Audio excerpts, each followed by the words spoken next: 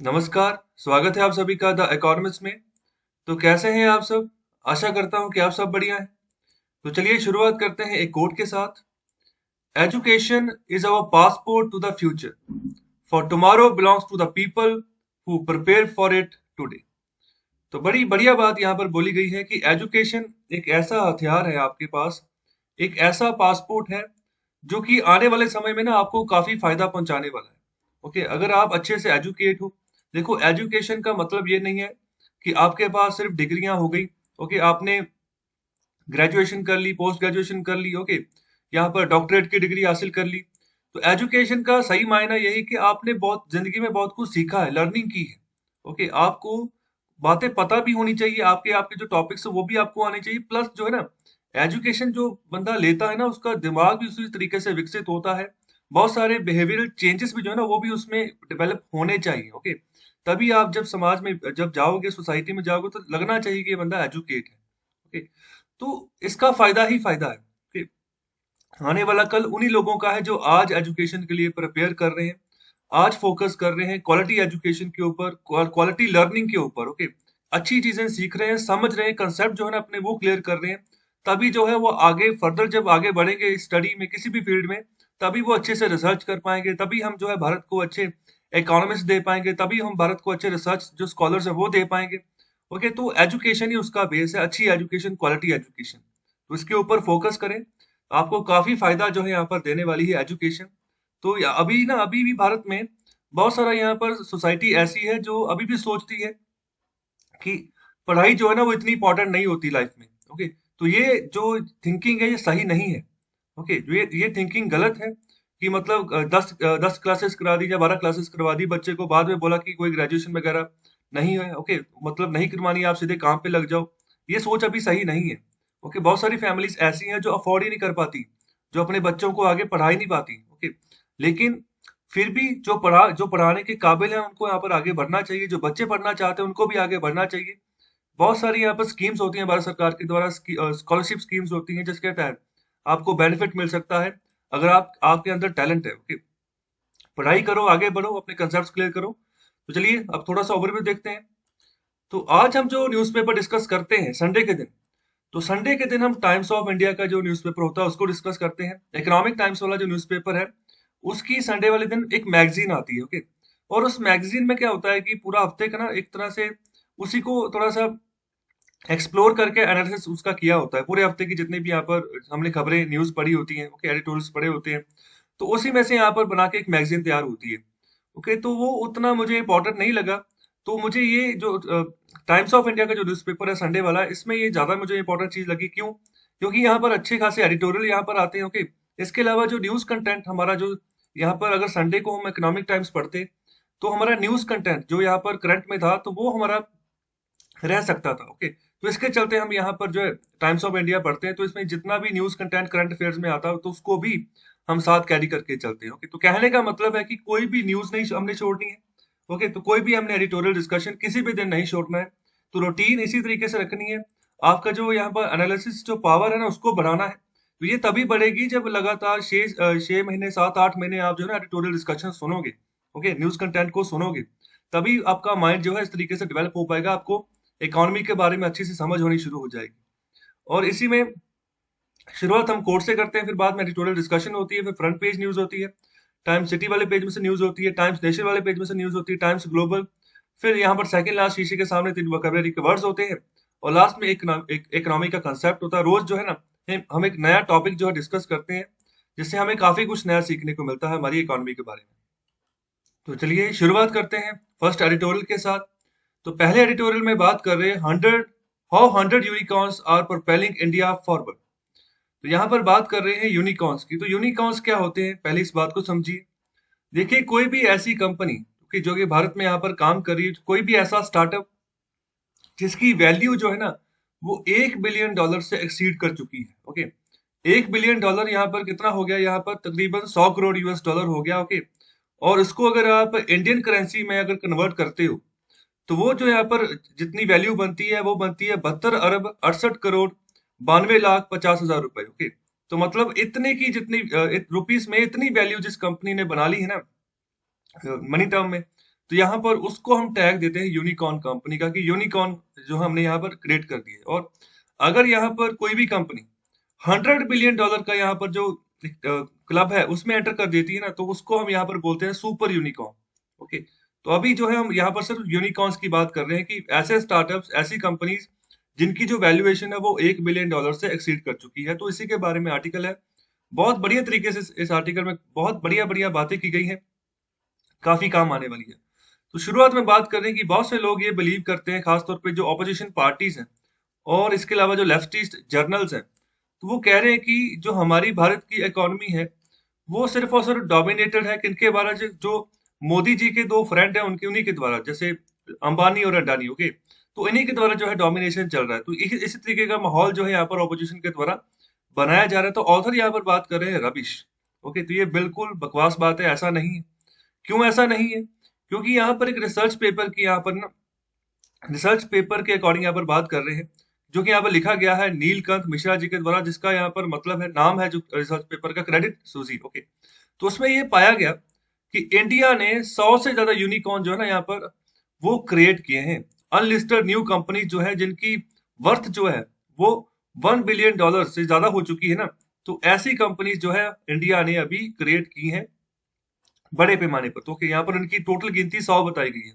और हर एक जो कंपनी है, हर एक स्टार्टअप की यहाँ पर जो वैल्यूएशन है वो $1 बिलियन के ज्यादा है। ओके, और इसी के चलते यहाँ पर आगे बात कर रहे हैं कि ऐसा सर्ज, ऐसा उछाल बड़े पैमाने पर पहले भारत में कभी नहीं ऐसे विटनेस किया गया, कभी नहीं देखा गया।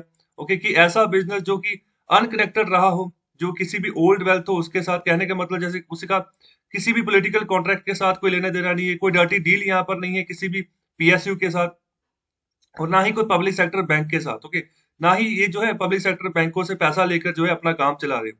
तो यहाँ पर मोस्टली जितनी इन्वेस्टमेंट आ रही है, फॉरेन इन्वेस्टमेंट आ रही है। ओके, और पूरे ग्लोब में से यहाँ पर जो है इन्वेस्टमेंट आ रही है, जिसके तहत यहाँ पर फंडिंग हो रही है और अपने स्टार्टअप्स को ये आगे एक्सपैंड कर रहे हैं। तो जो हमारे यूनिकॉर्न्स, उन्होंने number of billions of dollar जो है रेज किए हैं थ्रू ग्लोबल इन्वेस्टर्स। ओके, तो ये इन्वेस्टर्स अगर यहाँ पर इन्वेस्ट कर रहे हैं तो कुछ देखा होगा तभी तो इन्वेस्ट कर रहे हैं ना, जो हमारे यूनिकॉर्न्स हैं। यहाँ पर मैं एक एग्जांपल लेता हूँ अन अकेडमी की, एक एग्जांपल मैं लेता हूँ बायजियोस की। ओके, तो ये दो एग्जांपल्स मैं लेकर चलता हूँ, तो ये भी इन्हीं को हम यहाँ पर यूनिकॉर्न कह रहे हैं।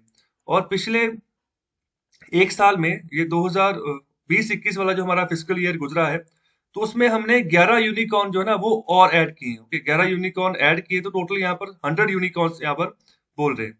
तो उन्हीं 11 यूनिकॉर्न्स में से एक अन अकेडमी भी थी। ओके, और इसके अलावा और भी 10 थी। ओके, तो उसके बारे में आप गूगल पे सर्च कर सकते हो, जिनकी की वर्थ जो है वो $1 बिलियन से ज्यादा हो चुकी है। ओके, तो यहाँ पर कोई भी न्यू कमर आ रहा है, अपना आइडिया लेकर आ रहा है, कि अगर उनका आइडिया काफी अच्छा लगता है इन्वेस्टर्स को, तो फिर वो इन्वेस्ट करते हैं। तो आने वाले समय में पूरी 21वीं जो शताब्दी है, आने वाले समय में ऐसा ही है। अगर किसी के पास कोई यूनिक आइडिया है, ठीक है, उस आइडिया में दम है, आगे सक्सीड कर सकता है, तो इन्वेस्टर्स वहां पर इन्वेस्ट करते हैं। तो इन्वेस्टर्स को ये भी पता है कि जितने यहाँ पर यूनिकॉर्न्स निकल कर आ रहे हैं, तो सभी सरवाइव करेंगे, ये हम डेफिनेटली नहीं कह सकते कि सभी सरवाइव करेंगे, कुछ फेल भी होंगे, लेकिन ज्यादातर जो है ना वो सक्सीड करेंगे। और ऐसा यहाँ पर दावा इन्वेस्टर्स का है कि जो उनकी इन्वेस्टमेंट लगी हुई है वो प्रॉफिटेबल होगी, आने वाले समय में प्रॉफिट क्रिएट जरूर करेगी। ओके, सो देखो, कोई भी अगर आपके पास स्टार्टअप है, अगर आपके पास नया यूनिक आइडिया है ना, तो आप उसको आगे सक्सीड कर सकते हो। ओके, तो उसके उसके लिए इन्वेस्टर्स आप ढूंढ सकते हो कि कोई उसमें पैसा लगाए। सबसे बड़ी चीज होती है कि आपकी आइडिया की एडवर्टाइजमेंट हो। जितनी ज्यादा एडवर्टाइजमेंट होगी, सबसे ज्यादा पैसा ही एडवर्टाइजमेंट पे लगता है, जब इन्वेस्टर से पैसा आता है। ओके, जब भी कोई कंपनी इन्वेस्टर से पैसा लेती है, ज्यादा पैसा एडवर्टाइजमेंट के ऊपर लगता है, बाद में उसका जो है स्ट्रक्चर तैयार होता है उस कंपनी का। तो अगर मैं बायजूस की एग्जांपल, तो 2011 में ये इस कंपनी की शुरुआत हुई थी। ओके, तो इस कंपनी के जो फाउंडर हैं, रविंद्रन करके उनका नाम है, तो उन्होंने सिर्फ यहाँ पर कोचिंग क्लासेस से शुरुआत की थी। 2 लाख रुपया लगाया था उन्होंने यहाँ पर कोई दुकानों के ऊपर। ओके, तो वहां से कोचिंग क्लासेस से शुरुआत हुई। बाद में उनके पास यूनिक आइडियाज थे कि किस तरीके से एजुकेशन को प्रमोट किया जाए बच्चों के प्रति। ओके, जैसे आप सिंपल फॉर्मूलेस पढ़ते हो, मैथमेटिकल फॉर्मूले पढ़ते हो कि A+B का होल स्क्वायर क्या फॉर्मूला बना, तो कैसे बना, उसको प्रैक्टिकली करके उन्होंने यहाँ पर दिखाना शुरू कर दिया। ओके, 3D व्यू वहां पर देना शुरू कर दिया। ओके, तो इस तरीके से नई यूनिकनेस वो लेकर आए, इन्वेस्टर्स ने वहां पर इंटरेस्ट जताया। ओके, तो अलग अलग जो सेक्टर्स में बायजूस को एक्सपैंड करना शुरू कर दिया, तो धीरे धीरे करके ये 50,000 करोड़ से भी ज्यादा की कंपनी बन गई। ओके, तो अभी 2021 में जो इस बायोजियोस के जो सीईओ है, वो भारत के 72nd जो है अमीर आदमी है। ओके, मतलब इतने ही वर्थ वो क्रिएट कर चुके हैं। तो इस तरीके से अन अकेडमी भी इसी तरीके से आगे बढ़ रही है। ओके, जो इनके को फाउंडर्स है, फाउंडर हैं, तो कुछ ऐसे हैं जिन्होंने आईएएस की नौकरी छोड़कर जो है अन अकेडमी को शुरू किया गया था। ओके, तो अभी ये भी आगे बढ़ रही है। ओके, तो इस तरीके से किसी के पास भी कोई भी किसी तरीके का कोई यूनिक आइडिया है तो उसको आप आगे लेकर आ सकते हो। जैसे आप बहुत सारे होटल्स की ऐप्स देख लो, जैसे ओयो होटल्स है। ओके, इसके अलावा और भी बहुत सारी ऐप्स है जो कि अभी जिन जिन लोगों के द्वारा शुरू की गई, उनकी इतनी ज्यादा उम्र नहीं है उनकी। ओके, तो इस तरीके से जो यंग टैलेंट है ना, हमारा हमारा जो भारत है, 60% से ज्यादा आबादी यंग लोगों की है, जिनकी जो एवरेज जो एज है ना वो 35 सालों से कम है, 35 ईयर से कम है। और इनके पास अच्छा खासा पोटेंशियल है, अच्छे खासे आइडियाज है। अगर अच्छा खासा आइडियाज है तो आपको, अगर आप खुद से सेटिस्फाइड हो कि मेरा आइडिया यूनिक है, उसको आगे लेकर आओ और उसके ऊपर फोकस करो, थोड़ी मेहनत करो, पहले उसको अच्छे से तराश लो। ओके, जब अच्छा लगना शुरू हो गया लोगों को, ओके, लोगों को यहाँ पर इंटरेस्ट आना शुरू हो गया आपके टॉपिक के ऊपर, फिर उसके लिए आप इन्वेस्टर्स ढूंढो। और आगे जो यहाँ पर बात की जा रही है कि जो इन्वेस्टर्स हैं, वो बड़े पैमाने पर यहाँ पर अपॉर्चुनिटीज यहाँ पर पैदा कर रहे हैं भारत में, जो जितने भी स्टार्टअप्स खड़े हो रहे हैं। हालांकि इस जो हमारा इतिहास रहा है, तो उससे भी यहाँ पर हो सकता है कुछ अननोन रहे, क्योंकि ज्यादातर एंटरप्रेन्योर्स ऐसे रहे हैं कि जो मतलब कि कोई स्टार्टअप तो शुरू कर लिया, लेकिन बाद में ऐसा होता था कि इन्वेस्टर से पैसा आ गया तो बाद में धीरे धीरे करके उस बड़े बिजनेस को वो बंद कर देते थे। ओके, फिर बाद में यहाँ पर होता था कि हमें और कैपिटल चाहिए। कई बार ऐसा होता था कि खुद से ही यहाँ पर जो ना रिश्वत वगैरह दे के इस तरीके से मैनेजमेंट कर लेते थे कि कंपनी बंद कर दी और जितना पैसा आया इन्वेस्टर्स का, उसको किसी और जगह सेफली यहाँ पर रख लिया। ओके, तो इस तरीके से भी जो है ना एक्टिविटीज होती रही हैं। ओके, तो ये भी एक कारण रहा है कि अच्छे तरीके से पुराने समय में हमारे जो उद्योग थे उस तरीके से नहीं बढ़ पाए। ओके, तो अभी के जो न्यू कमर्स हैं, तो इसके बारे में बात की जा रही है। इसका मतलब ये नहीं कि जो न्यू कमर्स है वो रजिस्टर्स है, कि उन्होंने कभी पाप नहीं किया है। लेकिन यहाँ पर बात करें कि जो पुराने बिजनेस थे, ठीक है, तो वहां पर और बहुत तरीके के वहां पर चैलेंजेस थे। ओके, तो सबसे बड़ा चैलेंजेस तो इन्वेस्टर्स का ही था। तो ज्यादातर इन्वेस्टर जो थे ना, वो डोमेस्टिकली ही इन्वेस्ट करते थे किसी भी स्टार्टअप में जो भारत में शुरू होता था। ओके, लेकिन अभी का जो सिनेरियो है, जितने भी नए एंटरप्रेन्योर्स निकल कर आ रहे हैं, तो उनको ज्यादातर जो है ना पूरे ग्लोबल लेवल से यहाँ पर जो इन्वेस्टर्स आ रही है, बिलियंस ऑफ डॉलर्स की। ओके, तो अभी सिचुएशन थोड़ी और है। ओके, तो अभी टेक्नोलॉजी जो है ना वो भी काफी आगे बढ़ चुकी है। अगर आप कोई ऐसी एक्टिविटी करते हो, कोई ब्राइबिंग रिश्वत देने वाली कोई एक्टिविटी करते हो, कि जहाँ फिर किसी का पैसा चोरी करके भागने वाली एक्टिविटी करते, जैसे आप देखो, जैसे विजय माल्या के एग्जांपल ले लो आप, कि नीरव मोदी की एग्जांपल ले लो, तो कितना कितना पैसा बैंकों का है उनके पास, जो मतलब लेकर वो भाग गए। ओके, मतलब बाद में चुका नहीं पाए। ओके, तो इस तरीके की एक्टिविटीज होती रही हैं। तो यहाँ पर तो ज्यादातर जो भारत के बैंकों का पैसा था वो यहाँ पर जो है वो चोरी कर भागे है ना। तो यहाँ पर सिचुएशन थोड़ी और है। यहाँ पर पूरे वर्ल्ड लेवल में से यहाँ पर इन्वेस्टिंग जो है इन्वेस्टमेंट आ रही है, ग्लोबल इन्वेस्टर्स यहाँ पर इन्वेस्ट कर रहे हैं। तो पहले चैलेंजेस ऐसे होते थे कि कोई भी अगर स्टार्टअप शुरू भी होता है, तो वो पहली बात तो फंडिंग, इन्वेस्टिंग, जो इन्वेस्टर्स थे वो बड़ी मुश्किल से मिलते थे। और दूसरी बात, यहाँ पर अगर शुरू होता भी है तो बहुत समय लगता था, क्योंकि एडवर्टीजमेंट के ऊपर ही ज्यादातर ज्यादातर डिपेंडेंसी होती। जितने आपके सब्सक्राइबर्स बढ़ेंगे, कहने का मतलब जितने लोग आपके उपभोक्ता होंगे ना, उसी के तहत आपका बिजनेस आगे बढ़ेगा। ओके, तो उसके लिए एडवर्टीजमेंट जो है ना बहुत जरूरी है, तो उसके ऊपर खर्चा भी अच्छा खासा करना होता है। तो ये भी यहाँ पर पुराने समय में ड्रॉबैक रहा। लेकिन आज के दिन में ऐसा है कि अगर आज आप कोई भी स्टार्टअप लेकर आ रहे हो, तो यहाँ पर अगर आपके पास कुछ भी नहीं है ना, तो जीरो से जो है बिलियन डॉलर्स तक जो है आपकी कंपनी कुछ ही सालों में पहुंच जाती है। ओके, और साथ ही साथ जो बड़े यहाँ पर प्लेयर होते हैं ऑलरेडी, जिन्होंने अपने आप को स्टैब्लिश कर लिया होता है मार्केट में, और जिस सेक्टर में आप, जिस भी फील्ड में आप उतरे होते हो, तो आप जो है उनको थ्रेटन करना शुरू कर देते हो। ओके, तो मतलब जो बड़े प्लेयर्स हैं, तो उनके लिए भी एक खतरा बनना शुरू हो जाता है, जो नए एंटरप्रेन्योर्स होते हैं। तो फिर बड़े प्लेयर्स क्या करते हैं, बड़े प्लेयर्स फिर छोटे प्लेयर्स को ऑफर करते हैं कि आप अपनी कंपनी मुझे बेच दो। जैसे फेसबुक जब नया नया शुरू हुआ था, तो यूएसए में गूगल फेसबुक को कहता था, हर बार जो था नई ऑफर देता था। ओके, कभी $100 बिलियन की, ओके, कभी यहाँ पर $200 बिलियन की, कि आप अपनी कंपनी मुझे बेच दो। लेकिन जो उसके सीईओ थे, मार्क जकरबर्ग, उन्होंने अपनी कंपनी नहीं भेजी। उनको विश्वास था कि मेरा स्टार्टअप जो है थोड़ा यूनिक है। ओके, इसकी एक अपनी पकड़ बनेगी पूरी दुनिया में, तो पकड़ बन गई।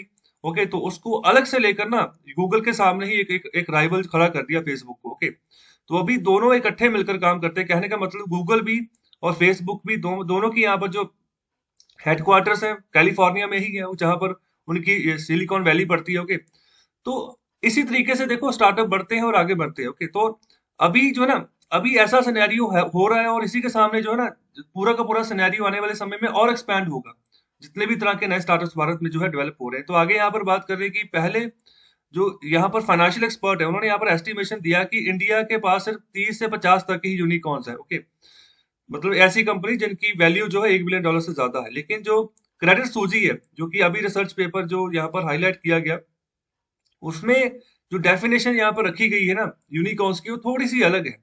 जिस तरीके से यहाँ पर डेफिनेशन रखी गई है, उस हिसाब से वो 100 यहाँ पर यूनिकॉर्न्स का दावा कर रहे हैं कि 100 यूनिकॉर्न जो है भारत के पास अभी हैं। तो यहाँ पर उन्होंने ऐसी फर्म्स को भी यहाँ पर इंक्लूड किया है जहाँ पर एटलीस्ट जो है ना $1 बिलियन जो है ना अभी रिसेंट राउंड ऑफ फंडिंग में उनका यहाँ पर जो है कवर हुआ है। मतलब कि अभी बहुत कुछ ही समय पहले जो है जहां पर $100 बिलियन के आसपास वो पहुंच गई कंपनीज, तो उनको भी जो है अपनी लिस्ट में उन्होंने ऐड किया है।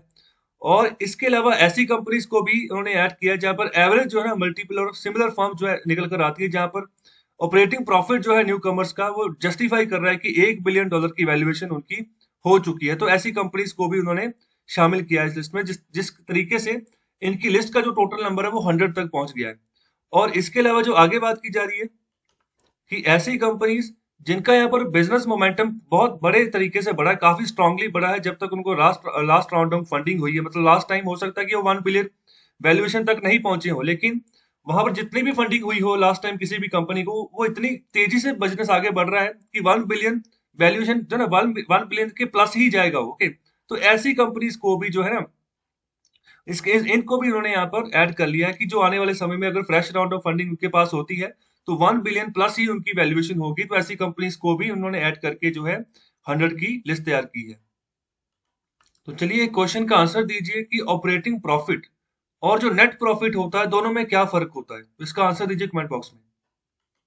और आगे जो बात की जा रही है, तो कहा जा रहा है कि जो क्रेडिट सूची है, जो ये रिसर्च पेपर है, तो यहाँ पर इसमें ऐसी सभी जो कंपनीज को यहाँ पर एक्सक्लूड किया गया है, शामिल नहीं किया गया इस रिसर्च पेपर में, जो कि इन्हीं एग्जिस्टिंग कंपनीज की सब्सिडीज है। ओके, जिनको यहाँ पर जिन कंपनीज को पहले से रिसर्च पेपर में शामिल किया है, जिसके तहत ये कह रहे हैं कि 100 यूनिकॉर्न जो है भारत यहाँ पर स्थापित कर चुका है, लेकिन उन्हीं 100 यूनिकॉर्न्स की जो सब्सिडीज है, मतलब कि उनकी और जो सब कंपनीज हैं, उनको जो है ना शामिल नहीं किया गया इस रिसर्च पेपर की लिस्ट में। साथ ही साथ ऐसी फर्म्स जो कि पहले कभी किसी जमाने में मतलब काफी मतलब हाई गई, ओके, अच्छा खासा मोमेंटम उनमें रहा, लेकिन बाद में वो स्लिप कर गई, बाद में वहां से पैसा निकलना शुरू हो गया और वो कंपनीज जो थी खत्म हो गई, बंद हो गई या बर्बाद हो गई, ऐसे कह सकते हो।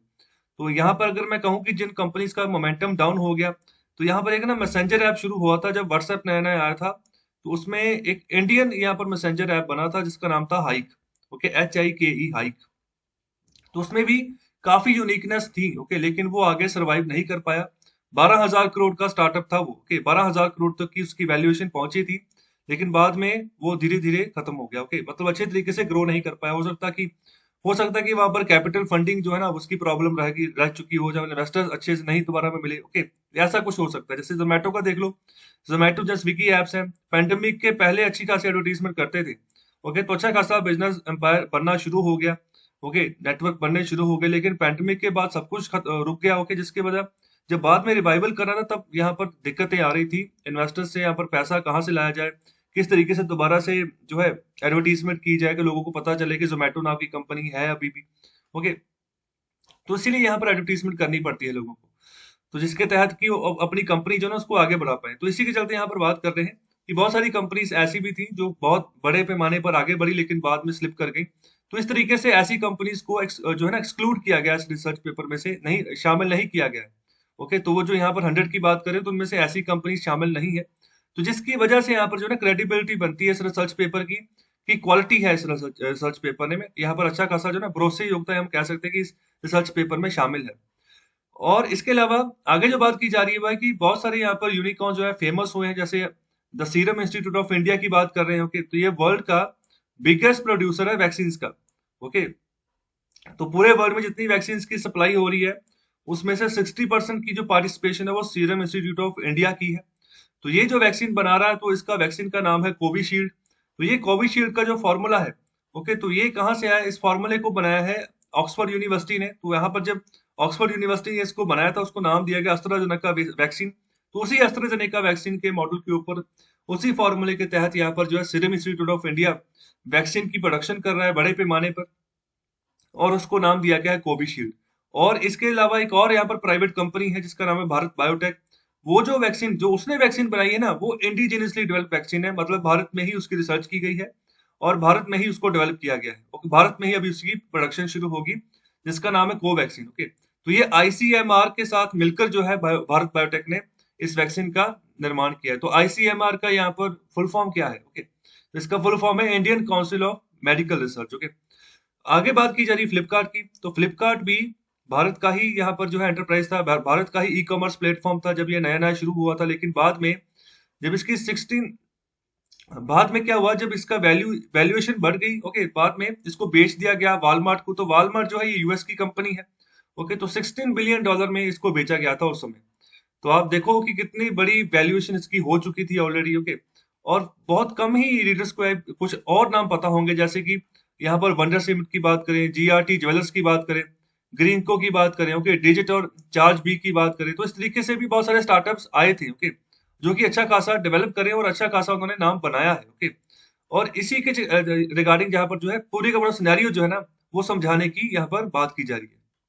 और यहाँ पर ऑथर कह भी रहे हैं कि जो यहाँ पर रिसर्च पेपर का राइटर है, कि उसमें और जो है फुल लिस्ट जो है आप शामिल करें, और भी बहुत सारे यूनिकॉर्न्स हैं जिनको कि आप लिस्ट में शामिल कर सकते हो। ओके, तो ऐसी यहाँ पर ऑथर के द्वारा जो है बात की जा रही है।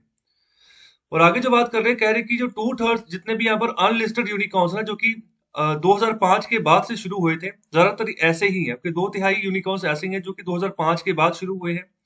और यहाँ पर ये बहुत बड़े पैमाने पर डाइवर्स है, और बहुत सारे ना, कोई एक सेक्टर को कवर करके नहीं चल रहे हैं, बहुत सारे अलग अलग सेक्टर्स हैं जिनको ये सारे के सारे जो हमारे स्टार्टअप्स हैं, सारे के सारे जो जो हमारे यूनिकॉर्न्स है, वो कवर करके चल रहे हैं। तो फॉर एग्जांपल के तौर पर जैसे यहाँ पर आईटी की बात करें, इंफॉर्मेशन टेक्नोलॉजी की, ओके, फिर ई कॉमर्स प्लेटफॉर्म्स की बात कर रहे हैं, जैसे स्नैपडील वगैरह आई थी, फ्लिपकार्ट वगैरह आया। ओके, इसके अलावा और भी बहुत सारे जो है यहाँ पर स्टार्टअप्स आए हैं। तो यहाँ पर बहुत बड़े बड़े पैमाने पर बहुत अलग अलग एरियाज है जो इन्होंने कवर किए हैं। तो फास्टेस्ट ग्रोथ जो यहाँ पर देखने को मिली है, वो देखने को मिली है सॉफ्टवेयर वाले स्टार्टअप्स में। ओके, सॉफ्टवेयर वाली जो कैटेगरीज होती है उस स्टार्टअप्स में आप देखो, गूगल प्ले स्टोर खोलो तो हर एक तरह का ना आपको नया सॉफ्टवेयर मिल जाएगा किसी भी कैटेगरी में। ओके, तो ये सारे के सारे एक तरह के स्टार्टअप्स हैं। जैसे मैं ट्विटर का कोई राइवल बोल दूं तो कू ऐप, जैसे यहाँ पर 2020 में इसको शुरू किया गया था। तो ये भी एक माइक्रो ब्लॉगिंग ऐप है। जैसे आप ट्विटर पर या आप ब्लॉग बनाते हो, वहां पर अपने कमेंट्स लिखते हो, तो बिल्कुल उसी तरीके से कू ऐप बनाई गई है। ओके, तो ये एक तरह का सॉफ्टवेयर ही है। अभी धीरे धीरे इसके भी यहाँ पर जो सब्सक्राइबर्स हैं वो बढ़ रहे हैं। ओके, तो इस तरीके से यहाँ पर जो ना कंपटीशन हो रहा है, तो ज्यादा कंपटीशन सॉफ्टवेयर के क्षेत्र में हो रहा है, और साथ ही साथ जो सर्विस क्षेत्र है ना, सर्विस वाला सेक्टर है, वहां पर स्टार्टअप ज्यादा निकल कर आ रहे हैं। और यहाँ पर जो गेमिंग वाला सेक्टर बात करें, तो इसको तो अलग से कहा जा रहा है कि गेमिंग को ना आप स्पोर्ट्स का दर्जा दीजिए। कौन सी वाली स्पोर्ट्स का? ई स्पोर्ट्स का। ओके, अब एक अभी नया यहाँ पर कंसेप्ट आ रहा है ई स्पोर्ट्स का, जो यहाँ पर गेम में लोग इंटरेस्ट रखते हैं, तो उन्हीं की यहाँ पर फेडरेशन के द्वारा बात कही जा रही है कि ई स्पोर्ट्स का इनको नाम दीजिए। तो यहाँ पर भी अच्छा खासा डेवलपमेंट देखने को मिली। तो आप देख सकते हैं कि बहुत सारी गेम्स ऐसी हैं जिनके तो टूर्नामेंट्स होते हैं। ओके, तो आने वाले समय में इनके ऊपर भी काफी पैसा लगता है। लोग क्या कर रहे हैं, इन गेमिंग टूर्नामेंट्स को जीतने के लिए ही लोगों को हायर कर रहे हैं, बच्चों को हायर कर रहे हैं, उनको यहाँ पर सैलरीज दे रहे हैं कि आपने सर प्रैक्टिस करनी है, कंप्यूटर के सामने बैठकर गेम्स खेलते रहने, या फिर उस गेम्स जब टूर्नामेंट होगा तब आपने जो ना अच्छा खासा पैसा जीत कर लेकर आना है हमारे लिए। ओके, और इस तरीके से यहाँ पर इसका भी एक अलग से बिजनेस शुरू हो गया। इसके अलावा न्यू एज डिस्ट्रीब्यूशन की बात करें कि नए तरीके से जैसे नेटवर्क फैलता है, जैसे अगर मैं किसी कोल्ड ड्रिंक की बात करूं, ठीक है, तो एक शहर में अलग अलग तरह के उसके डिस्ट्रीब्यूटर्स हैं। एक शहर में वैसे एक ही डिस्ट्रीब्यूटर होता है जो मेन डिस्ट्रीब्यूटर, बाकी उसके यहाँ पर सब आउटलेट्स होते हैं। ओके, जहां पर वो चीज जो है ना डिस्ट्रीब्यूट होती है अलग अलग कोने में, शहर के अलग अलग कोने में। तो अभी एक नया एज देखने को मिल रहा है। ओके, तो उसी के चलते यहाँ पर लॉजिस्टिक्स की बात करें, जो सामान का जहाँ पर आना जाना होता है, एक जगह से दूसरी जगह सामान पहुंचाना है। तो इसके अलावा मॉडर्न ट्रेड की बात कर रहे हैं, बायोटेक की बात कर रहे हैं, फार्मास्यूटिकल्स की बात कर रहे हैं, कंज्यूमर गुड्स की बात करें, तो इन सभी सेक्टर्स में अच्छा खासा यूनिकॉर्न जो है ना वो आपको देखने को मिल रहे हैं। देखो अलग अलग एप्स आ चुकी है। जैसे मैं बिग बास्केट की बात करूं, तो वो ग्रोसरी के में दायरे में काम करती है कि जितने तरह का भी आपको घर का किचन का सामान चाहिए होता, तो वहां से आप ऑनलाइन ऑर्डर कर सकते हो। तो अभी जो टाटा ग्रुप है, तो उस बिग बास्केट में से भी टाटा ग्रुप ने 63% शेयर जो है वो खरीद लिए। अब टाटा टाटा डिजिटल के रूप में जो है ना अलग अलग सेक्टर्स में वो भी अपने आप को एक्सपैंड कर रहा है। और ये यूनिकॉर्न्स की अगर बात करें तो ये सिर्फ ऊपर वाला टिप होता है। जितने भी यहाँ पर फास्ट ग्रोइंग, यहाँ पर अगर पिरामिड की बात कर लो ना, तो पिरामिड का जो टिप होता है सिर्फ वही यूनिकॉर्न्स निकल कर आते हैं, क्योंकि यहाँ पर बात करें 80,000 के आसपास की स्टार्टअप्स की, और इसी 80,000 का जो 1/10 निकालो तो वो हर साल ऐसी नई कंपनीज जो है फॉर्म होती हैं हर साल। ओके, उसमें से अगर फॉर्म होती हैं तो बहुत सारी बंद भी होती हैं। लेकिन ये सब करते करते करते करते जो इस पिरामिड की टिप पर पहुंचती हैं तो उन्हीं को यहाँ पर यूनिकॉर्न का टैग मिलता है, जो कुछ सालों बाद ही मिलेगा। ओके, जैसे मैंने बायजूस की एग्जांपल ली तो 2011 में शुरू हुई, अभी 10 साल हो गए उसको। तो 10 साल के बाद ही वो अभी जो ना $100 बिलियन के आसपास तक वो पहुंच रही है। ओके, तो इसी तरीके से बाकी कंपनीज भी को समय लगेगा। ओके, कुछ कुछ सरवाइव कर पाती है, कुछ नहीं कर पाती। जैसे मैंने हाइक की एग्जांपल ली, 12,000 करोड़ का स्टार्टअप था, वो भी फेल हो गया। ओके, कुछ ऐसे भी होती हैं जो बहुत बड़े पैमाने पर फैल भी जाती है फिर भी फेल होती है। ये डेली रूटीन के हिसाब से होता है कि आप किस तरीके से मैनेज करते हो अपनी कंपनी को, किस तरीके से अपने शेयर होल्डर्स को मैनेज करते हो, किस तरीके से आपका ट्रस्ट रहता है जनता के बीच में जहां पर अपना आप प्रोडक्ट जो है ना उसको उतार रहे हो। और आगे यहाँ पर बात करें कि जो इनके एम्बिशंस हैं, जो इनकी महत्वाकांक्षाएं हैं, वो बहुत ही स्टनिंग है, बहुत ही प्रबल है। ओके, जिससे चलते यहाँ पर जो है आगे बढ़ पाने में जो है ना सक्षम है, और अच्छी यहाँ पर इनके टैलेंट है, अच्छा यहाँ पर इनका विजन है जिसके तहत ये आगे बढ़ रहे हैं। और आगे यहाँ पर बात करें ओला कैब्स की, तो कल भी हमने एक आर्टिकल डिस्कस किया था जो कि उबर के बारे में था, जो जहां पर सुप्रीम कोर्ट जो थी ब्रिटेन की, तो वहां पर उन्होंने उनको बोला था उबर वालों को कि आप जो है ना सोशल सिक्योरिटी के बेनिफिट्स भी ना वो दें जो उनके यहाँ पर ड्राइवर्स हैं, और उनको एज ए एम्प्लॉय ट्रीट किया जाए, ना कि इंडिपेंडेंट कॉन्ट्रैक्टर।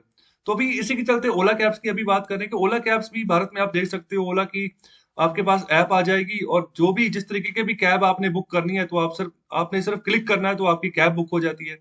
तो ये भी ट्रांसपोर्ट ट्रांसपोर्ट सर्विस प्रोवाइड करने के लिए फेमस है। ओके, सर्विस सेक्टर, यहाँ पर सर्विस सेक्टर का दायरा है ओला कैब्स। तो ये प्लान कर रही है कि world's biggest electric two wheeler factory जो है ना वो लगानी है भारत में। ओके, तो जहां पर कि ये 10 मिलियन जो व्हीकल्स है ना वो प्रोड्यूस करेंगे। तो ऑथर यहाँ पर कह रहे हैं कि ये सपना जो है ना ये फेल हो सकता है, लेकिन फिर भी ये बात कर रहे हैं कि व्हाट ए ड्रीम, मतलब कितना बढ़िया सपना इन्होंने देखा है। ओके, सपने लेने बहुत बढ़िया अच्छी बात है, अगर अच्छे सपने लोगे मतलब कि यूनिकनेस आपके सपनों में होगी तो वो आगे बढ़ पाएंगे। तो जब आगे बढ़ोगे तो बहुत सारी प्रॉब्लम्स आती हैं। ओके, ऐसा नहीं है कि बिल्कुल स्मूथ तरीके से यहाँ पर काम हो जाता है। जिन जिन लोगों ने आज जो जिनकी वैल्यूएशन $1 बिलियन से ज्यादा हो चुकी, तो बिल्कुल वो आराम से बैठकर उनकी ऐसे होगी, तो ऐसा नहीं है। बहुत सारा मेहनत उनकी हुई है, जिसके चलते अपने टैलेंट को भी आगे पहुंचाने के लिए खुद से एफर्ट उन्होंने किए हैं, तभी जाकर वो इतने बड़े मुकाम तक कह सकते हो कि वो पहुंच रहे। तो अभी भी जो है ना, अभी भी उसको बिल्कुल बिल्कुल सही तरीके से कंटिन्यू करना, ये सबसे इंपॉर्टेंट बात है। अगर उसमें से अगर थोड़ा बहुत भी एफर्ट कम कर देते हैं तो हो सकता है कि कल को कंपनी फिर डूब जाए। तो इस तरीके से यहाँ पर एक नाव की तरह है जिसको बैलेंस करके चलाना होता है समुद्र में, अगर किसी भी स्टार्टअप की हम बात करें। आगे यहाँ पर बात की जा रही है सेबी की, जो हमारा security and exchange board of India, जिसका मकसद यही है कि स्टॉक मार्केट को रेगुलेट करना है। ओके, तो स्टॉक मार्केट रेगुलेटर इसको बोलते हैं हम भारत का। तो यहाँ पर इसने बहुत सारे रूल्स यहाँ पर बनाए होते हैं जिनको कि फॉलो अप करके चलना होता है, जितने भी कंपनीज स्टॉक मार्केट में रजिस्टर्ड होती हैं। ओके, तो यहाँ पर एक ना आईपीओ होता है, जिसका मतलब होता है इनिशियल पब्लिक ऑफरिंग। तो स्टॉक मार्केट में कोई भी लिस्टेड कंपनी क्या होती है, इनिशियल पब्लिक ऑफरिंग जो है वो इशू करती है, जिसके तहत वो कंपनी क्या करती है, इन्वेस्टर से पैसा जुटाती है, पैसा रेज करती है, और उसी पैसे को यूज करके आगे अपनी कंपनी के जो काम होते हैं उसको एक्सपेंड करती है। ओके, मतलब कि अगर पैसे की कमी पड़ जाए तो इस तरीके से आईपीओ से पैसा जुटाती है और अच्छा खासा रिटर्न मिलता है इन्वेस्टर्स को, जो जो भी इन्वेस्टर्स इस ऐसी कंपनीज में इन्वेस्ट करते हैं। ओके, तो यहाँ पर उस कंपनी का कोई एक प्रमोटर होगा। ओके, मालिक कोई नहीं होगा, प्रमोटर होगा। जैसे मैं रिलायंस की एग्जांपल लेता हूँ, रिलायंस के प्रमोटर कौन है, मुकेश अंबानी। ओके, तो यहाँ पर इन्वेस्टर्स का ही पैसा है जिसको कि यूज करके वो आगे बढ़ रहे हैं। ओके, तो यहाँ पर ये सिनेरियो रहता है हमारे स्टॉक मार्केट का। तो अभी सेबी अभी क्या कहता है, सेबी ने बहुत सारी कंडीशंस लगाई हुई है, तो डजन्स ऑफ कंडीशंस यहाँ पर सेबी ने लगाई हुई है कि कौन सी कंपनी जो है लिस्टेड हो सकती है स्टॉक मार्केट में। तो मैंने शुरुआत से जब मैं इन स्टार्टअप्स की बात कर रहा हूँ, इन यूनिकॉर्न्स की बात कर रहा हूँ, तो मैंने यहाँ पर अनलिस्टेड कंपनीज वर्ड यूज किया। ओके, अनलिस्टेड कंपनीज की मैं बात कर रहा हूँ, मतलब कि लिस्टेड नहीं है। कहाँ पर लिस्टेड नहीं है, स्टॉक मार्केट में। ओके, स्टॉक मार्केट में लिस्टेड नहीं, क्यों लिस्टेड नहीं है, क्योंकि जो कंडीशंस कहती है सेबी की कि पिछले 5 में से 3 सालों में ना तो आपके लगातार जो है प्रॉफिट, आप कंपनी जो है प्रॉफिट में रेडी हो, तो तभी जो ऐसी कंपनीज को ही जो है ना हम यहाँ पर जो है स्टॉक मार्केट में लिस्ट करने का यहाँ पर जो है मौका देंगे। ओके, तो इस तरीके से यहाँ पर जो है कंडीशंस है, जिसके चलते जो हमारे नए यूनिकॉर्न्स हैं वो रजिस्टर्ड नहीं हो पाते। क्यों नहीं हो पाते, तो यहाँ पर एग्जांपल ली जा रही जो बड़े प्लेयर्स हैं, जैसे अमेजोन जैसा बड़ा प्लेयर है, फेसबुक जैसे बड़े प्लेयर, तो यहाँ पर काफी सालों से इन्होंने कोई प्रॉफिट नहीं बनाया। ओके, तो काफी सालों से इन्होंने कोई प्रॉफिट नहीं बनाया, लेकिन इनका जो वैल्यू है ना वो इस हिसाब से बढ़ चुकी है कि इनके पास अच्छा खासा पोटेंशियल है। ओके, जिसके चलते इनका यहाँ पर जो है पूरा का पूरा ऑर्गेनाइजेशन जो है वो काम करती है। और इसी के चलते जो भारत के भी बहुत सारे ऐसे यूनिकॉर्न्स हैं जिन्होंने कोई अभी प्रॉफिट जो है ना वो नहीं बनाया अभी, तो वो सिर्फ जूझ रहे हैं कि किसी ना किसी तरीके से एक स्टेबल मुकाम तक पहुंचे। ओके, जिसके चलते वो अभी सिर्फ चल रहे हैं। ओके, जब वो किसी स्टेबल मुकाम तक पहुंचेंगे तब जाकर वो प्रॉफिट बनाएंगे। ओके, तो इसी के चलते यहाँ पर वो क्वालिफाई नहीं कर पा रहे स्टॉक मार्केट में अपने आप को लिस्टिंग करने के लिए। ओके, तो जो भी सेबी के रूल्स है उनके तहत, तो इसके तहत यहाँ पर बात की जा रही है सेबी ऐसा क्यों कर रहा है। सेबी यहाँ पर बात करता है कि जो हमारे जो डोमेस्टिक इन्वेस्टर्स है ना, तो उनको बचाया जाए किसी हेरा फेरी से। ओके, अगर किसी ऐसी कंपनी को लिस्टेड कर दिया जाए स्टॉक मार्केट में जिसका पिछला 3 साल का रिकॉर्ड ऐसा है कि कोई प्रॉफिट उसने नहीं कमाया, तो अगर उसको लिस्टेड कर दिया जाए, इन्वेस्टर्स को बोला जाए कि आप इन्वेस्ट करो, तो कल को हो सकता है कि इन्वेस्टर्स को भी कोई प्रॉफिट ना मिले, कोई रिटर्न ना मिले। तो इसी क्रुक से यहाँ पर बचाने के चलते यहाँ पर ऐसे रूल जो है सेबी बनाकर चलता है कि डोमेस्टिक जो हाउस होल्ड या इन्वेस्टर्स हैं उनको हम बचा कर चले। लेकिन दूसरी ओर इसके ऊपर से भी फोकस नहीं करता कि जो हमारे भारत के नए यूनिकॉर्न्स हैं उनको नर्चर कैसे करना है, कि उनको भी आगे बढ़ने दो। ओके, क्यों नहीं उनको लिस्ट कर रहे हो आप? तो अगर क्या भारत जब अगर अगर भारत की जितनी कंपनीज है, अगर वो डिपेंडेंट रह जाए सिर्फ और सिर्फ यहाँ पर लोकल मनी के ऊपर, कि मतलब जो लोकल इन्वेस्टर्स है वो पैसा दे तभी बात बनेगी, और सेबी के ऊपर, तो फिर तो यहाँ पर जो 100 यूनिकॉर्न्स हमने खड़े कर दिए तो वे तो कभी भी ना हो पाते। ओके, तो इसके अलावा और भी 100 ऐसे हैं जो इसी रेस में लगे हैं, जो आने वाले समय में कभी भी जो है उनको यूनिकॉर्न का टैग मिल सकता है। तो ऐसे स्टार्टअप्स भी बहुत ज्यादा है। तो लकीली यहाँ पर जो है ग्लोबलाइजेशन मैटर करती है। ओके, तो ग्लोबलाइजेशन के चलते ही जो है हमारे यहाँ पर यूनिकॉर्न्स डेवलप हुए हैं। तो यहाँ पर जितने भी लोकल रूल्स थे जो सेबी के द्वारा बनाए गए, जितनी भी रेड टेप्स यहाँ पर बनाई गई थी, उसको साइड करते हुए जो था ना ये आगे बढ़े हैं। ओके, ब्रांड न्यू कंपनीज जो है ना नए आइडियाज के साथ, ग्रेट आइडियाज के साथ आगे आई। हालांकि उनका कोई भी प्रॉफिट रिकॉर्ड नहीं रहा। ओके, तो ये चीजें नहीं देखी गई ग्लोबल इन्वेस्टर्स के द्वारा कि ये कंपनी जो है इसका कोई प्रॉफिट रिकॉर्ड नहीं है तो इसमें मैं इन्वेस्ट ना करूं। तो उनको इतना पता है कि जितने भी कंपनी से बड़ी होती जाएंगे इनका पोटेंशियल बढ़ता जाएगा। ओके, और इनमें इन्वेस्ट करने से हमें फायदा ही होगा। तो यहाँ पर ग्लोबल इन्वेस्टर्स ने पोटेंशियल देखा, ना कि ये देखा कि यहाँ पर पोटेंशियल क्रूक क्या हो सकते हैं, जैसे सेबी काम करता है डोमेस्टिक इन्वेस्टर्स को बचाने के लिए। और आगे जो बात की जा रही है कि यही बस नहीं है, पूरे वर्ल्ड की ओर अगर हम नजर घुमाएं ना, तो यहाँ पर पूरी दुनिया अलग अलग नए तरीके के यहाँ पर मैसिव पूल जो है ना वो लेकर आ रही है। किस तरीके से जो है प्राइवेट कैपिटल जुटाई जाए, किस तरीके से जो नए स्टार्टअप्स हैं उनको यहाँ पर कैपिटल बैकिंग की जाए। ओके, कैपिटल सपोर्ट प्रोवाइड की जाए कि पैसा ना खत्म हो, जो लिक्विडिटी है वो ना खत्म हो, वो उनको मिलती रहे। और कंपनीज जो है नए स्टार्टअप जो है वो आगे बढ़ते रहे, यूनिकॉर्न्स में कन्वर्ट होते रहे, सुपर यूनिकॉर्न्स में कन्वर्ट होते रहे। तो जिसके तहत यहाँ पर स्टार्टिंग में बात करें वेंचर कैपिटलिस्ट की, मतलब कि एक ऐसा वेंचर फंड बनाया जाएगा जहां पर कुछ कैपिटलिस्ट लोग होंगे जो कि स्टार्टअप्स को बैक करेंगे, फंड करेंगे। ओके, तो उनका एक ग्रुप होगा। और इसके अलावा प्राइवेट इक्विटी फंड्स की बात कर रहे हो, तो ये भी अलग से फंड बनाए गए जिससे कि स्टार्टअप्स को जो है फंडिंग प्रोवाइड की जाएगी। और साथ ही साथ एक यहाँ पर नए स्पीसीज की बात कर रहे हैं कि इनको भी यहाँ पर जो है कुछ दुनिया के कुछ इलाकों में इसको देखा जा रहा है कि ये एक नया पूल जो है ना उसको भी यूज किया जा रहा है। तो ये नया पूल कौन सा है, तो उसको यहाँ पर नाम दिया जा रहा है special purpose acquisition companies. Okay, तो यहाँ पर क्या है, ये ऐसी स्पेशल पर्पस एक्विजिशन कंपनीज का काम क्या होता है। देखो, जैसे आईपीओ होता है ना, इनिशियल पब्लिक ऑफरिंग, तो यहाँ पर स्टॉक मार्केट में पहले कंपनी रजिस्टर्ड होगी, फिर जाके वो आईपीओ इशू करेगा, फिर जाकर इन्वेस्टर से पैसा जो है रेज करेगा। लेकिन इसमें ऐसा नहीं है। इसमें ये जो कंपनीज होती है ना स्पेशल पर्पस एक्विजिशन कंपनीज, का मकसद होता है कि किसी दूसरी कंपनी को एक्वायर कर लेना है। ओके, तो यहाँ पर किस तरीके से एक्वायर करते हैं, देखो ये कंपनी जो होती है ना एक तरीके की शेल कंपनीज होती हैं, ये जो एसपीएसीज होती हैं।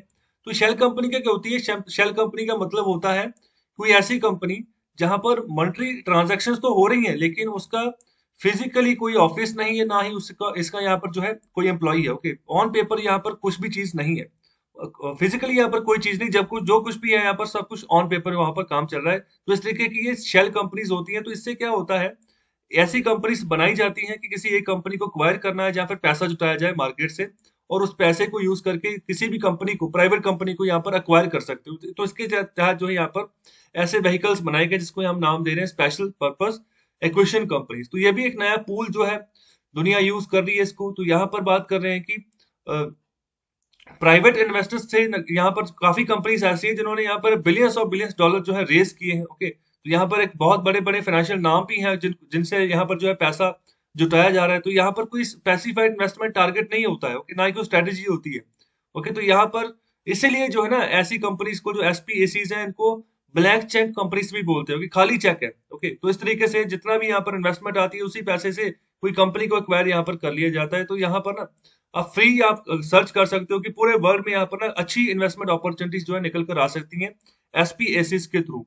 तो यहाँ पर 2020 की बात कर रहे हैं कि 248 एसपीएसीज जो ना यूएस में बनी, जिन्होंने 83 बिलियन डॉलर जो थे रेस किए जनवरी 2021, ओके, जनवरी 2021 तक की। ओके, तो इतना पैसा इन्होंने यहाँ पर, सॉरी, जनवरी 2021 तक इन्होंने 26 बिलियन डॉलर जो थे वो रेस कर लिए। ओके, तो टोटल यहाँ पर 2020 में ही 83 बिलियन इन्होंने यहाँ पर रेस किया था। तो अच्छी खासी जो है यहाँ पर पैसा ये रेस कर रहे हैं एसपीएसीज के थ्रू। तो यहाँ पर ये जो एसपीएसीज है ये यहाँ पर फाइनेंस का यहाँ पर ना प्रॉमिसिंग कर रही हैं जो नए न्यू कमर्स हैं, जो नए स्टार्टअप्स के प्रमोटर्स हैं, उनको कि आप जो है ना जो आईपीओ का एक्सपेंसिव रूट है उसको छोड़िए, आप सीधे यहाँ पर एसपीएसीज के थ्रू पैसा जुटाइए। ओके, यहाँ पर एक एसपीएसीज बनाइए, एसपीएसी एक नई बनाकर, तो उसके तहत आप जो है उसको मार्केट में उतारिए, पैसा जो है इन्वेस्टर्स का लीजिए और उस पैसे से आप जो है आगे काम चलाइए, और जिस भी चीज को आप अक्वायर करना चाह रहे हैं उसको आप अक्वायर करें। तो यहाँ पर इस ऐसे ट्रेडिशन से आपको जो है ना स्टॉक मार्केट में, स्टॉक एक्सचेंज में यहाँ पर लिस्टेड होने की जरूरत भी नहीं है। तो यहाँ पर स्टॉक मार्केट में अगर कोई लिस्टिंग होती है तो वो तब यहाँ पर एसेंशियल होती है कि जब अगर स्टॉक मार्केट में कोई चीज हो जाती है तो उसकी एक रेपुटेशन बन जाती है कि हाँ भी कंपनी अच्छी खासी है। तो ऐसा भारत में माहौल है किसी भी कंपनी के बारे में कि अगर आप स्टॉक मार्केट में रजिस्टर्ड है तो उसकी एक अच्छी खासी रेपुटेशन हो जाती है, फिर इन्वेस्टर्स बढ़ चढ़ कर इन्वेस्ट करते हैं। ओके, लार्ज स्केल फाइनेंसिंग जो है यहाँ पर होती है, लेकिन ऐसा अभी और नहीं चलने वाला है। अभी जमाना बदल रहा है। ओके, तो अभी इस तरीके से सिनेरियो बन रहा है पूरी दुनिया में, अलग अलग जो है यहाँ पर पूल्स जुटाए जा रहे हैं किस तरीके से नए स्टार्टअप्स को यहाँ पर फंड किया जाए। तो बहुत सारे जो जितने भी भारत में यूनिकॉर्न्स है ना, तो यहाँ पर बहुत सारे ऐसे यूनिकॉर्न्स हैं जहां पर ज्यादा शेयर जो है फॉरेनर्स का है। ओके, मालिक असल में वो फॉरेनर्स ही है। ओके, तो यहाँ पर प्रमोटर्स इंडियन है। जो भी अपना यहाँ पर टारगेट लेकर आए, जब नया आइडिया लेकर आए, तो उसी आइडिया को आगे वो खुद से प्रमोट कर रहे हैं। तो देखो, कोई भी अगर आपका नया आइडिया होगा तो अपने आइडिया के बारे में अच्छे से आपको पता है, इन्वेस्टर्स ने सिर्फ पैसा देना है। ओके, और यहाँ पर जो ऑनरशिप है वो भी उसी की रहेगी जिसका ज्यादा पैसा आपके यहाँ पर स्टार्टअप में लगा है। सिर्फ आइडिया आपका है, चलाना आपको है। ओके, हो सकता है कि आप सीईओ आपको बना दिया जाए, चीफ एग्जीक्यूटिव ऑफिसर जो है वो आप ही को बना दिया जाए कि आप ही चलाएं, क्योंकि आप ही को अच्छे खासे तरीके से पता है अपने यहाँ पर यूनिक टॉपिक के बारे में। तो इस तरीके से यहाँ पर जो है ना इंडियन प्रमोटर्स भी जो है ना उनका जो यहाँ पर शेयर होल्डिंग है बहुत कम है। तो इसके अलावा जो यूएस फेसबुक के जो यहाँ पर सीईओ है जिनका नाम है मार्क जकरबर्ग। ओके, तो मार्क जकरबर्ग देखो यहाँ पर चीफ एग्जीक्यूटिव ऑफिसर है। ओके, प्रमोटर ही है एक तरीके से ये। और यहाँ पर भी बहुत बड़े पैमाने पर फेसबुक में इन्वेस्टमेंट है पूरे यहाँ पर दुनिया से। इन्होंने ये भी यहाँ पर शेयर्स इशू किए हैं बाकी दूसरे लोगों को, तो यहाँ पर जो वोटिंग राइट है ना उनको यहाँ पर कम कर दिया या तो जीरो कर दिया है। तो अपने आप को यहाँ पर जो है ना पूरा कंट्रोल देकर रखा है अपने हाथों में कि अपनी कंपनी के ऊपर अपना कंट्रोल कहीं ना कहीं दूसरे के हाथों में ना चला जाए। अगर आपकी कंपनी के कोई शेयर खरीदता है, कोई आपकी कंपनी में इन्वेस्ट करता है, तो अगर आप उनको वोटिंग राइट भी देते हो तो फिर अगर कंपनी के रिगार्डिंग आपने कोई भी डिसीजन लेना है तो आपको फिर परमिशन लेनी पड़ेगी सारे बोर्ड मेंबर्स की। ओके, तो फिर ही आप डिसीजन ले पाओगे, तो अकेले अपने दम पर नहीं कर पाओगे। तो इस तरीके से यहाँ पर मार्क जकरबर्ग जो वोटिंग राइट्स ना उसको यहाँ पर खत्म करके और अपना कंट्रोल जो है ना उसको बनाकर चल रहे हैं अपनी कंपनी के ऊपर। तो भारत को भी इसी तरीके से आगे बढ़ना है, जैसे हमारे यहाँ पर शेयर होल्डिंग बहुत कम है हमारे प्रमोटर्स की, उनकी शेयर होल्डिंग बढ़ानी है। ओके, तो यहाँ पर इस रिगार्डिंग जो हमारे फाइनेंस मिनिस्टर निर्मला सीतारमन जी, उनको इस मुद्दे के ऊपर अटेंशन देनी चाहिए। तो ये यहाँ पर ऑथर जो है इतनी बात कर रहे हैं। तो ये था पूरा का पूरा आर्टिकल। इसमें आई होप आपको अच्छे से समझ आया पूरा आर्टिकल, किस तरीके से यहाँ पर यूनिकॉर्न हमारे भारत में पनपे हैं, किस तरीके से बड़े हैं, कितनी वैल्यूएशन गई, कितने कितने जो है खत्म हुए। ओके, तो इस सारे के सारे सिनेरियो के बारे में आपको अच्छे से पता चल गया होगा। तो मुझे कमेंट जरूर कर दिया कीजिए जब भी आपको अगर आर्टिकल अच्छा लगता है, ओके, समझ आ रही होती है तो कमेंट करें। कोई भी आपका फीडबैक हो तो मुझे जरूर दिया करें। तो चलिए अभी सेकंड आर्टिकल डिस्कस करते हैं। तो यहाँ पर बात करें, new IT rules are an overreach and will impact our freedoms. तो यहाँ पर ऑथर बात कर रहे हैं कि जो नए आईटी रूल्स भारत सरकार के द्वारा लाए गए हैं वो एक तरीके से बहुत ज्यादा है। ओके, तो यहाँ पर एक तरीके से धोखा इसको कहा जा रहा है। तो यहाँ पर हमारी आजादी के ऊपर जो है इम्पैक्ट डालेंगे। तो हाल ही में 25 फरवरी को भारत सरकार एक नए रूल्स लेकर आई थी। ओके, तो आईटी रूल्स 2021 इसको कहा जा रहा है। Okay, new information technology rules 2021। तो इसमें क्या कहा था कि जितने भी तरह के सोशल मीडिया प्लेटफॉर्म्स है, जितना भी तरह का डिजिटल मीडिया है, तो यहाँ पर ना एक तरीके से नकेल कसने की यहाँ पर बात थी ऐसे रूल्स के तहत। तो कहा गया था कि कोई भी अगर कोई फेक न्यूज़ चलती है किसी तरीके से, जो कि किसी के बारे में यहाँ पर गलत इन्फॉर्मेशन स्प्रेड कर रही हो, तो उसका ओरिजिनेटर जो है आपको यहाँ पर ढूँढना होगा 36 घंटों के अंदर-अंदर। ओके, कोई भी सोशल मीडिया ऐप, चाहे फेसबुक है, चाहे वो गूगल है, चाहे इसके अलावा जो व्हाट्सएप वगैरह, जो सिग्नल ऐप यूज़ कर रहे हो, जो टेलीग्राम यूज़ कर रहे हो, तो कोई भी ऐसा मतलब सोर्स, कोई भी ऐसा कंटेंट जो कि गलत है, ओके, तो यहाँ पर उसको 36 घंटों के अंदर अंदर यहाँ पर उसको कंट्रोल ढूंढना होगा कि कहाँ से ये आया है। ओके, सॉरी 36 घंटों के अंदर अंदर उसको खत्म करना होगा, डिलीट करना होगा, और साथ ही साथ यहाँ पर ये भी ढूंढना होगा कि ऐसे कंटेंट का ओरिजिनेटर कौन था, कहाँ से ये शुरू हुआ, उसको पकड़ना है। ओके, तो इसके लिए अभी रूल्स टाइट कर दिए गए हैं। तो अगर वो पकड़ा गया तो उसको यहाँ पर क्रिमिनल ऑफेंस माना जाएगा, सजा होगी, फाइन होगा, या दोनों हो सकते हैं।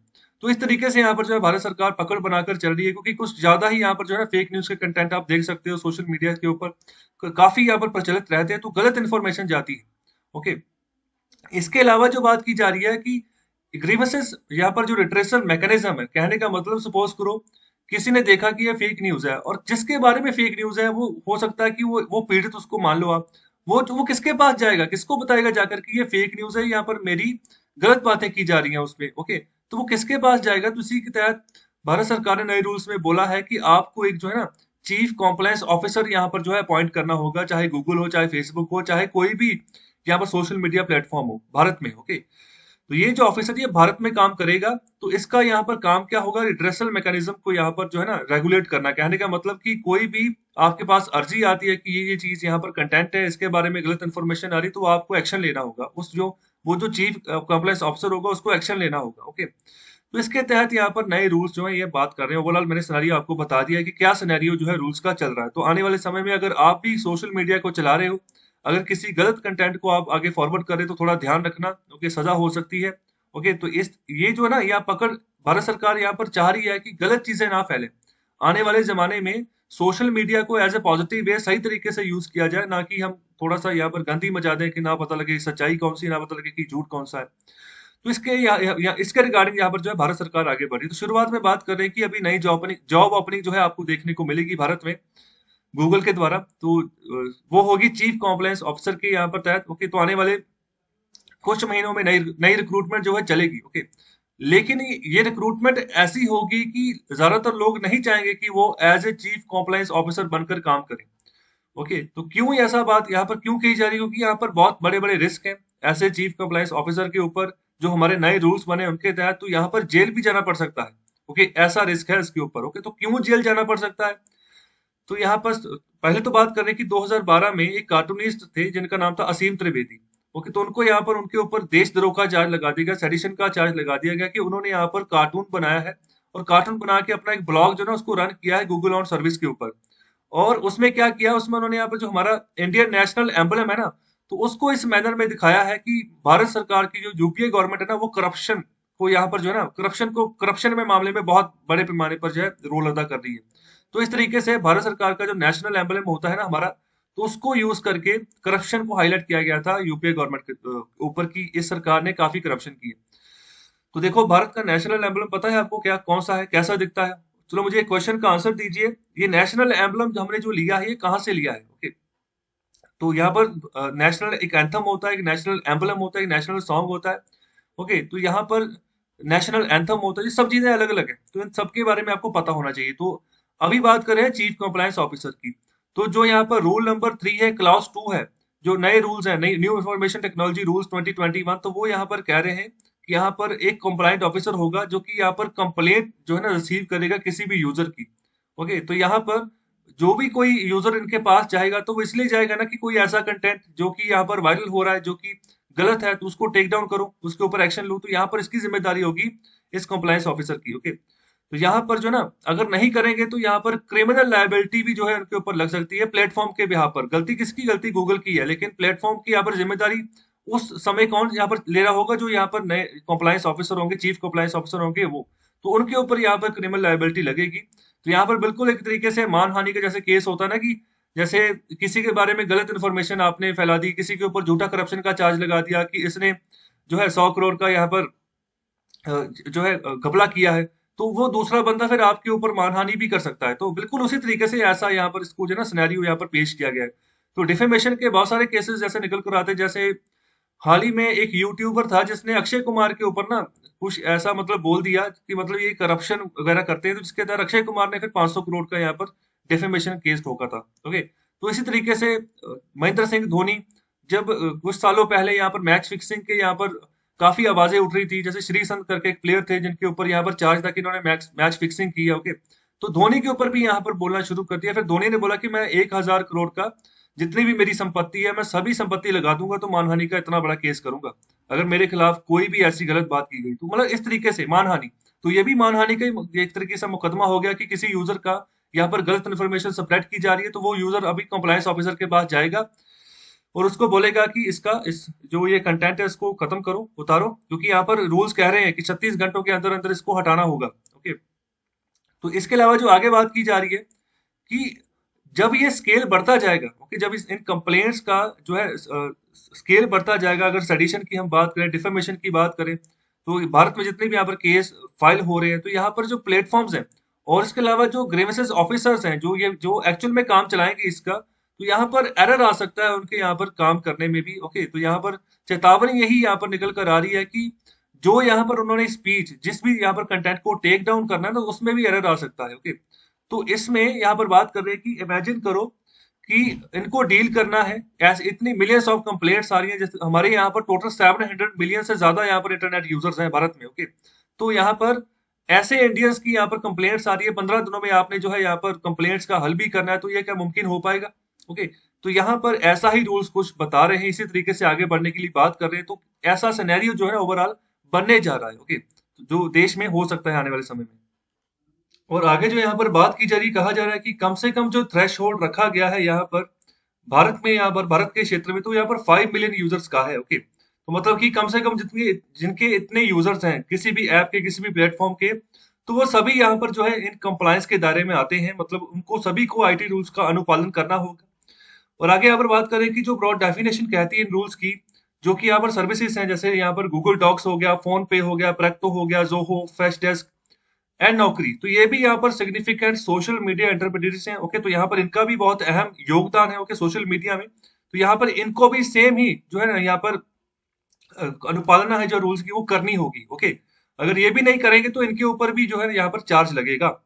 तो इसके रिगार्डिंग यहाँ पर बात कर रहे हैं कि जो आईटी रूल्स की अगर हम बात करें ना, इंफॉर्मेशन टेक्नोलॉजी रूल्स की बात करें, तो यहाँ पर पिछले एक डेकेड में ये देखा गया है कि भारत सरकार जो है ना अपने आप को यहाँ पर एक्सपैंड कर रही है, बहुत बड़े पैमाने पर आईटी रूल्स को यहाँ पर एक्सपैंड किया है। और यहाँ पर स्पीच है ना उसके ऊपर कंट्रोल करने की यहाँ पर बात कर रही है कि भारत सरकार कंट्रोल करके चल रही है कि सही तरीके से जो है ना फ्रीडम ऑफ स्पीच का इस्तेमाल किया जाए। फ्रीडम ऑफ स्पीच का ये मतलब नहीं है कि आप किसी को गालियां देनी शुरू कर दें, किसी की इमेज पकड़कर जो है आप उसको यहाँ पर उसको ऐसे ऐसे तरीके से दिखाएं कि उसका यहाँ पर जो डिग्निटी है वही खत्म हो जाए। तो इस तरीके से फ्रीडम ऑफ स्पीच का हम इस्तेमाल नहीं कर सकते। तो यहाँ इसी के रिगार्डिंग बात कर रहे हैं कि अच्छे तरीके से कंट्रोल यहाँ पर गवर्नमेंट करना चाह रही है, और यहाँ पर इस नैरेटिव को यहाँ पर कंट्रोल करने की यहाँ पर जरूरत है। ओके, तो यहाँ पर गवर्नमेंट का क्रिटिसिज्म होता है। ओके, रिसेंटली यहाँ पर एक रिपोर्ट लीक हुई थी ग्रुप ऑफ मिनिस्टर्स की, ओके, गवर्नमेंट कम्युनिकेशन की, जिसके तहत ये बातें पता चली है कि गवर्नमेंट का भी यहाँ पर बहुत ज्यादा क्रिटिसिज्म होता है। ओके, तो इसके चलते भी भारत सरकार यहाँ पर जो है रूल्स को एक्सपेंड कर रही है। और इसके अलावा जो बात की जा रही है कि जो अभी दायरा बढ़ाया जा रहा है, तो उसमें सब कुछ आएगा। जो हमारे जो इंटरनेट सर्विस प्रोवाइडर्स हैं, तो जैसे फॉर एग्जांपल जैसे इंटरनेट चल रहा है आपके मोबाइल फोन के ऊपर, तो कौन कौन वो इंटरनेट की सर्विस प्रोवाइड कर रहा है, कौन सी कंपनी कर रही है? तो ऐसे ही जितनी कंपनीज, इसके अलावा जो हैंडसेट प्रोवाइडर्स हैं, ओके, जो मोबाइल फोन आप जिस कंपनी का यूज कर रहे हो, जो ईमेल है, व्हाट्सएप है, जूम ऐप है, तो ये व्हाट्सएप, जूम, तो इस यहाँ पर आप वीडियो कॉलिंग वगैरह कर लेते हो। तो जूम ऐप को भी अभी, ये चाइना की ऐप थी जिसको कि अभी यूज किया जा रहा था पैंडेमिक में, जो बच्चों की ऑनलाइन क्लासेस लग रही थी, तो भारत सरकार ने कहा था कि इसका सिक्योरिटी थ्रेट है इस जूम ऐप का। तो इसके अलावा जो नेटफ्लिक्स है, तो उसके बारे में तो सबको पता ही होगा, हॉटस्टार के बारे में आपको सबको पता ही होगा, जहां पर जो ऑनलाइन स्ट्रीमिंग होती है, एक तरह के ये ओटीटी जो है नेटवर्क है। ओके, ओवर द टॉप जहां पर इसको नाम देते हैं, तो ये ऐसे नेटवर्क है जहां पर ऑनलाइन जो है फिल्म आप आने वाले समय में देखोगे, अभी शुरू हो चुका है ये काम। ओके, थिएटर्स का काम जो है इन प्लेटफॉर्म्स के ऊपर आ चुका है। तो इसके अलावा जितनी भी न्यूज साइट्स हैं, तो वो भी जो है, जो आप जिनको ऑनलाइन देखते हो, जो सब कुछ कवर होगा। ओके, इस आईटी रूल्स में। तो यहाँ पर नेटफ्लिक्स और अमेजोन जो पे है, अमेजोन जो प्राइम है, ओके, तो यहाँ पर इनके ऊपर भी भारत सरकार काफी सख्त है। तो जो भी इनके ऊपर कंटेंट चलता है, ओके, तो इनके ऊपर देखा जाता है। जैसे हमने रिसेंटली तांडव जैसा एक सीरियल आया था, ओके, नेटफ्लिक्स के ऊपर, उसको बैन कर दिया गया। ओके, इसके जैसा एक और नया सीरियल आया, अभी उसके ऊपर भी भारत सरकार ने जो है तुरंत उसको हटाने की बात की, ओके, ये कल परसों का इंसिडेंट है, उसका नाम मुझे याद नहीं अभी। इसके अलावा बात कर रहे हैं आगे, गवर्नमेंट का जो अभी जैसे रूट है ना, तो यहाँ पर चाइना जैसे काम कर रहा था अपने देश में, तो बिल्कुल उसी तरीके से जो है हम भी जो है अपने देश में अपनी सिक्योरिटी के ऊपर फोकस करके चल रहे हैं। और अभी जो यहाँ पर नेटफ्लिक्स के ऊपर जो बैन किया गया ना, तो उसका उस शो का नाम है यहाँ पर बॉम्बे बेगम, ओके। तो यहाँ पर जो हमारा नेशनल कमीशन फॉर यहाँ पर प्रोडक्शन ऑफ चाइल्ड राइट, तो उनके द्वारा अभी नेटफ्लिक्स को बोला गया है कि तुरंत उस फिल्म को हटाएं आप, ओके। कि जो यहाँ पर बॉम्बे बेगम नाम की जो यहाँ पर जो फिल्म आप दिखा रहे हो, जो भी सीरियल है उसको आप दिखा रहे हो, तो इसी के रिगार्डिंग ऐसा देखा जा रहा है ना, अभी रूल्स को स्ट्रिक्ट किया गया है। तो अभी जो जो चीजें नहीं सही होंगी, जो लग रहा होगा कि किसी ना किसी तरीके से इम्पैक्ट डालेंगी किसी के भी ऊपर, तो यहाँ पर भारत सरकार उस तरीके से यहाँ पर एक्शन लेगी इन सभी प्लेटफॉर्म्स के ऊपर। तो भारत सरकार भी बिल्कुल ऐसे ही, जैसे अभी चाइना के खिलाफ जैसे ईर्खा की बात कर रहे हो, तो यहाँ पर उस तरीके से आगे बढ़ रही है, ओपन हो चुका है सब चीजें। तो चाइना भी जो है ना यहाँ पर कंट्रोल करके चलता है। तो यहाँ पर सेल्फ रेगुलेटरी मैकेनिज्म को, जहाँ हम कह लो कि गाइडलाइंस यहाँ पर लगा के चलता है, जैसे भी जितने भी तरह के यहाँ पर सोशल मीडिया प्लेटफॉर्म्स होते हैं उनके उनके ऊपर, सर्विसेज के ऊपर। लेकिन ऑथर यहाँ पर बात करें कि ऐसी पेनल्टीज जो है ना, तो वो जो हमारी आजादी है ना, उसके ऊपर इम्पैक्ट डालेगी। तो ऐसा यहाँ पर ऑथर का कहना है।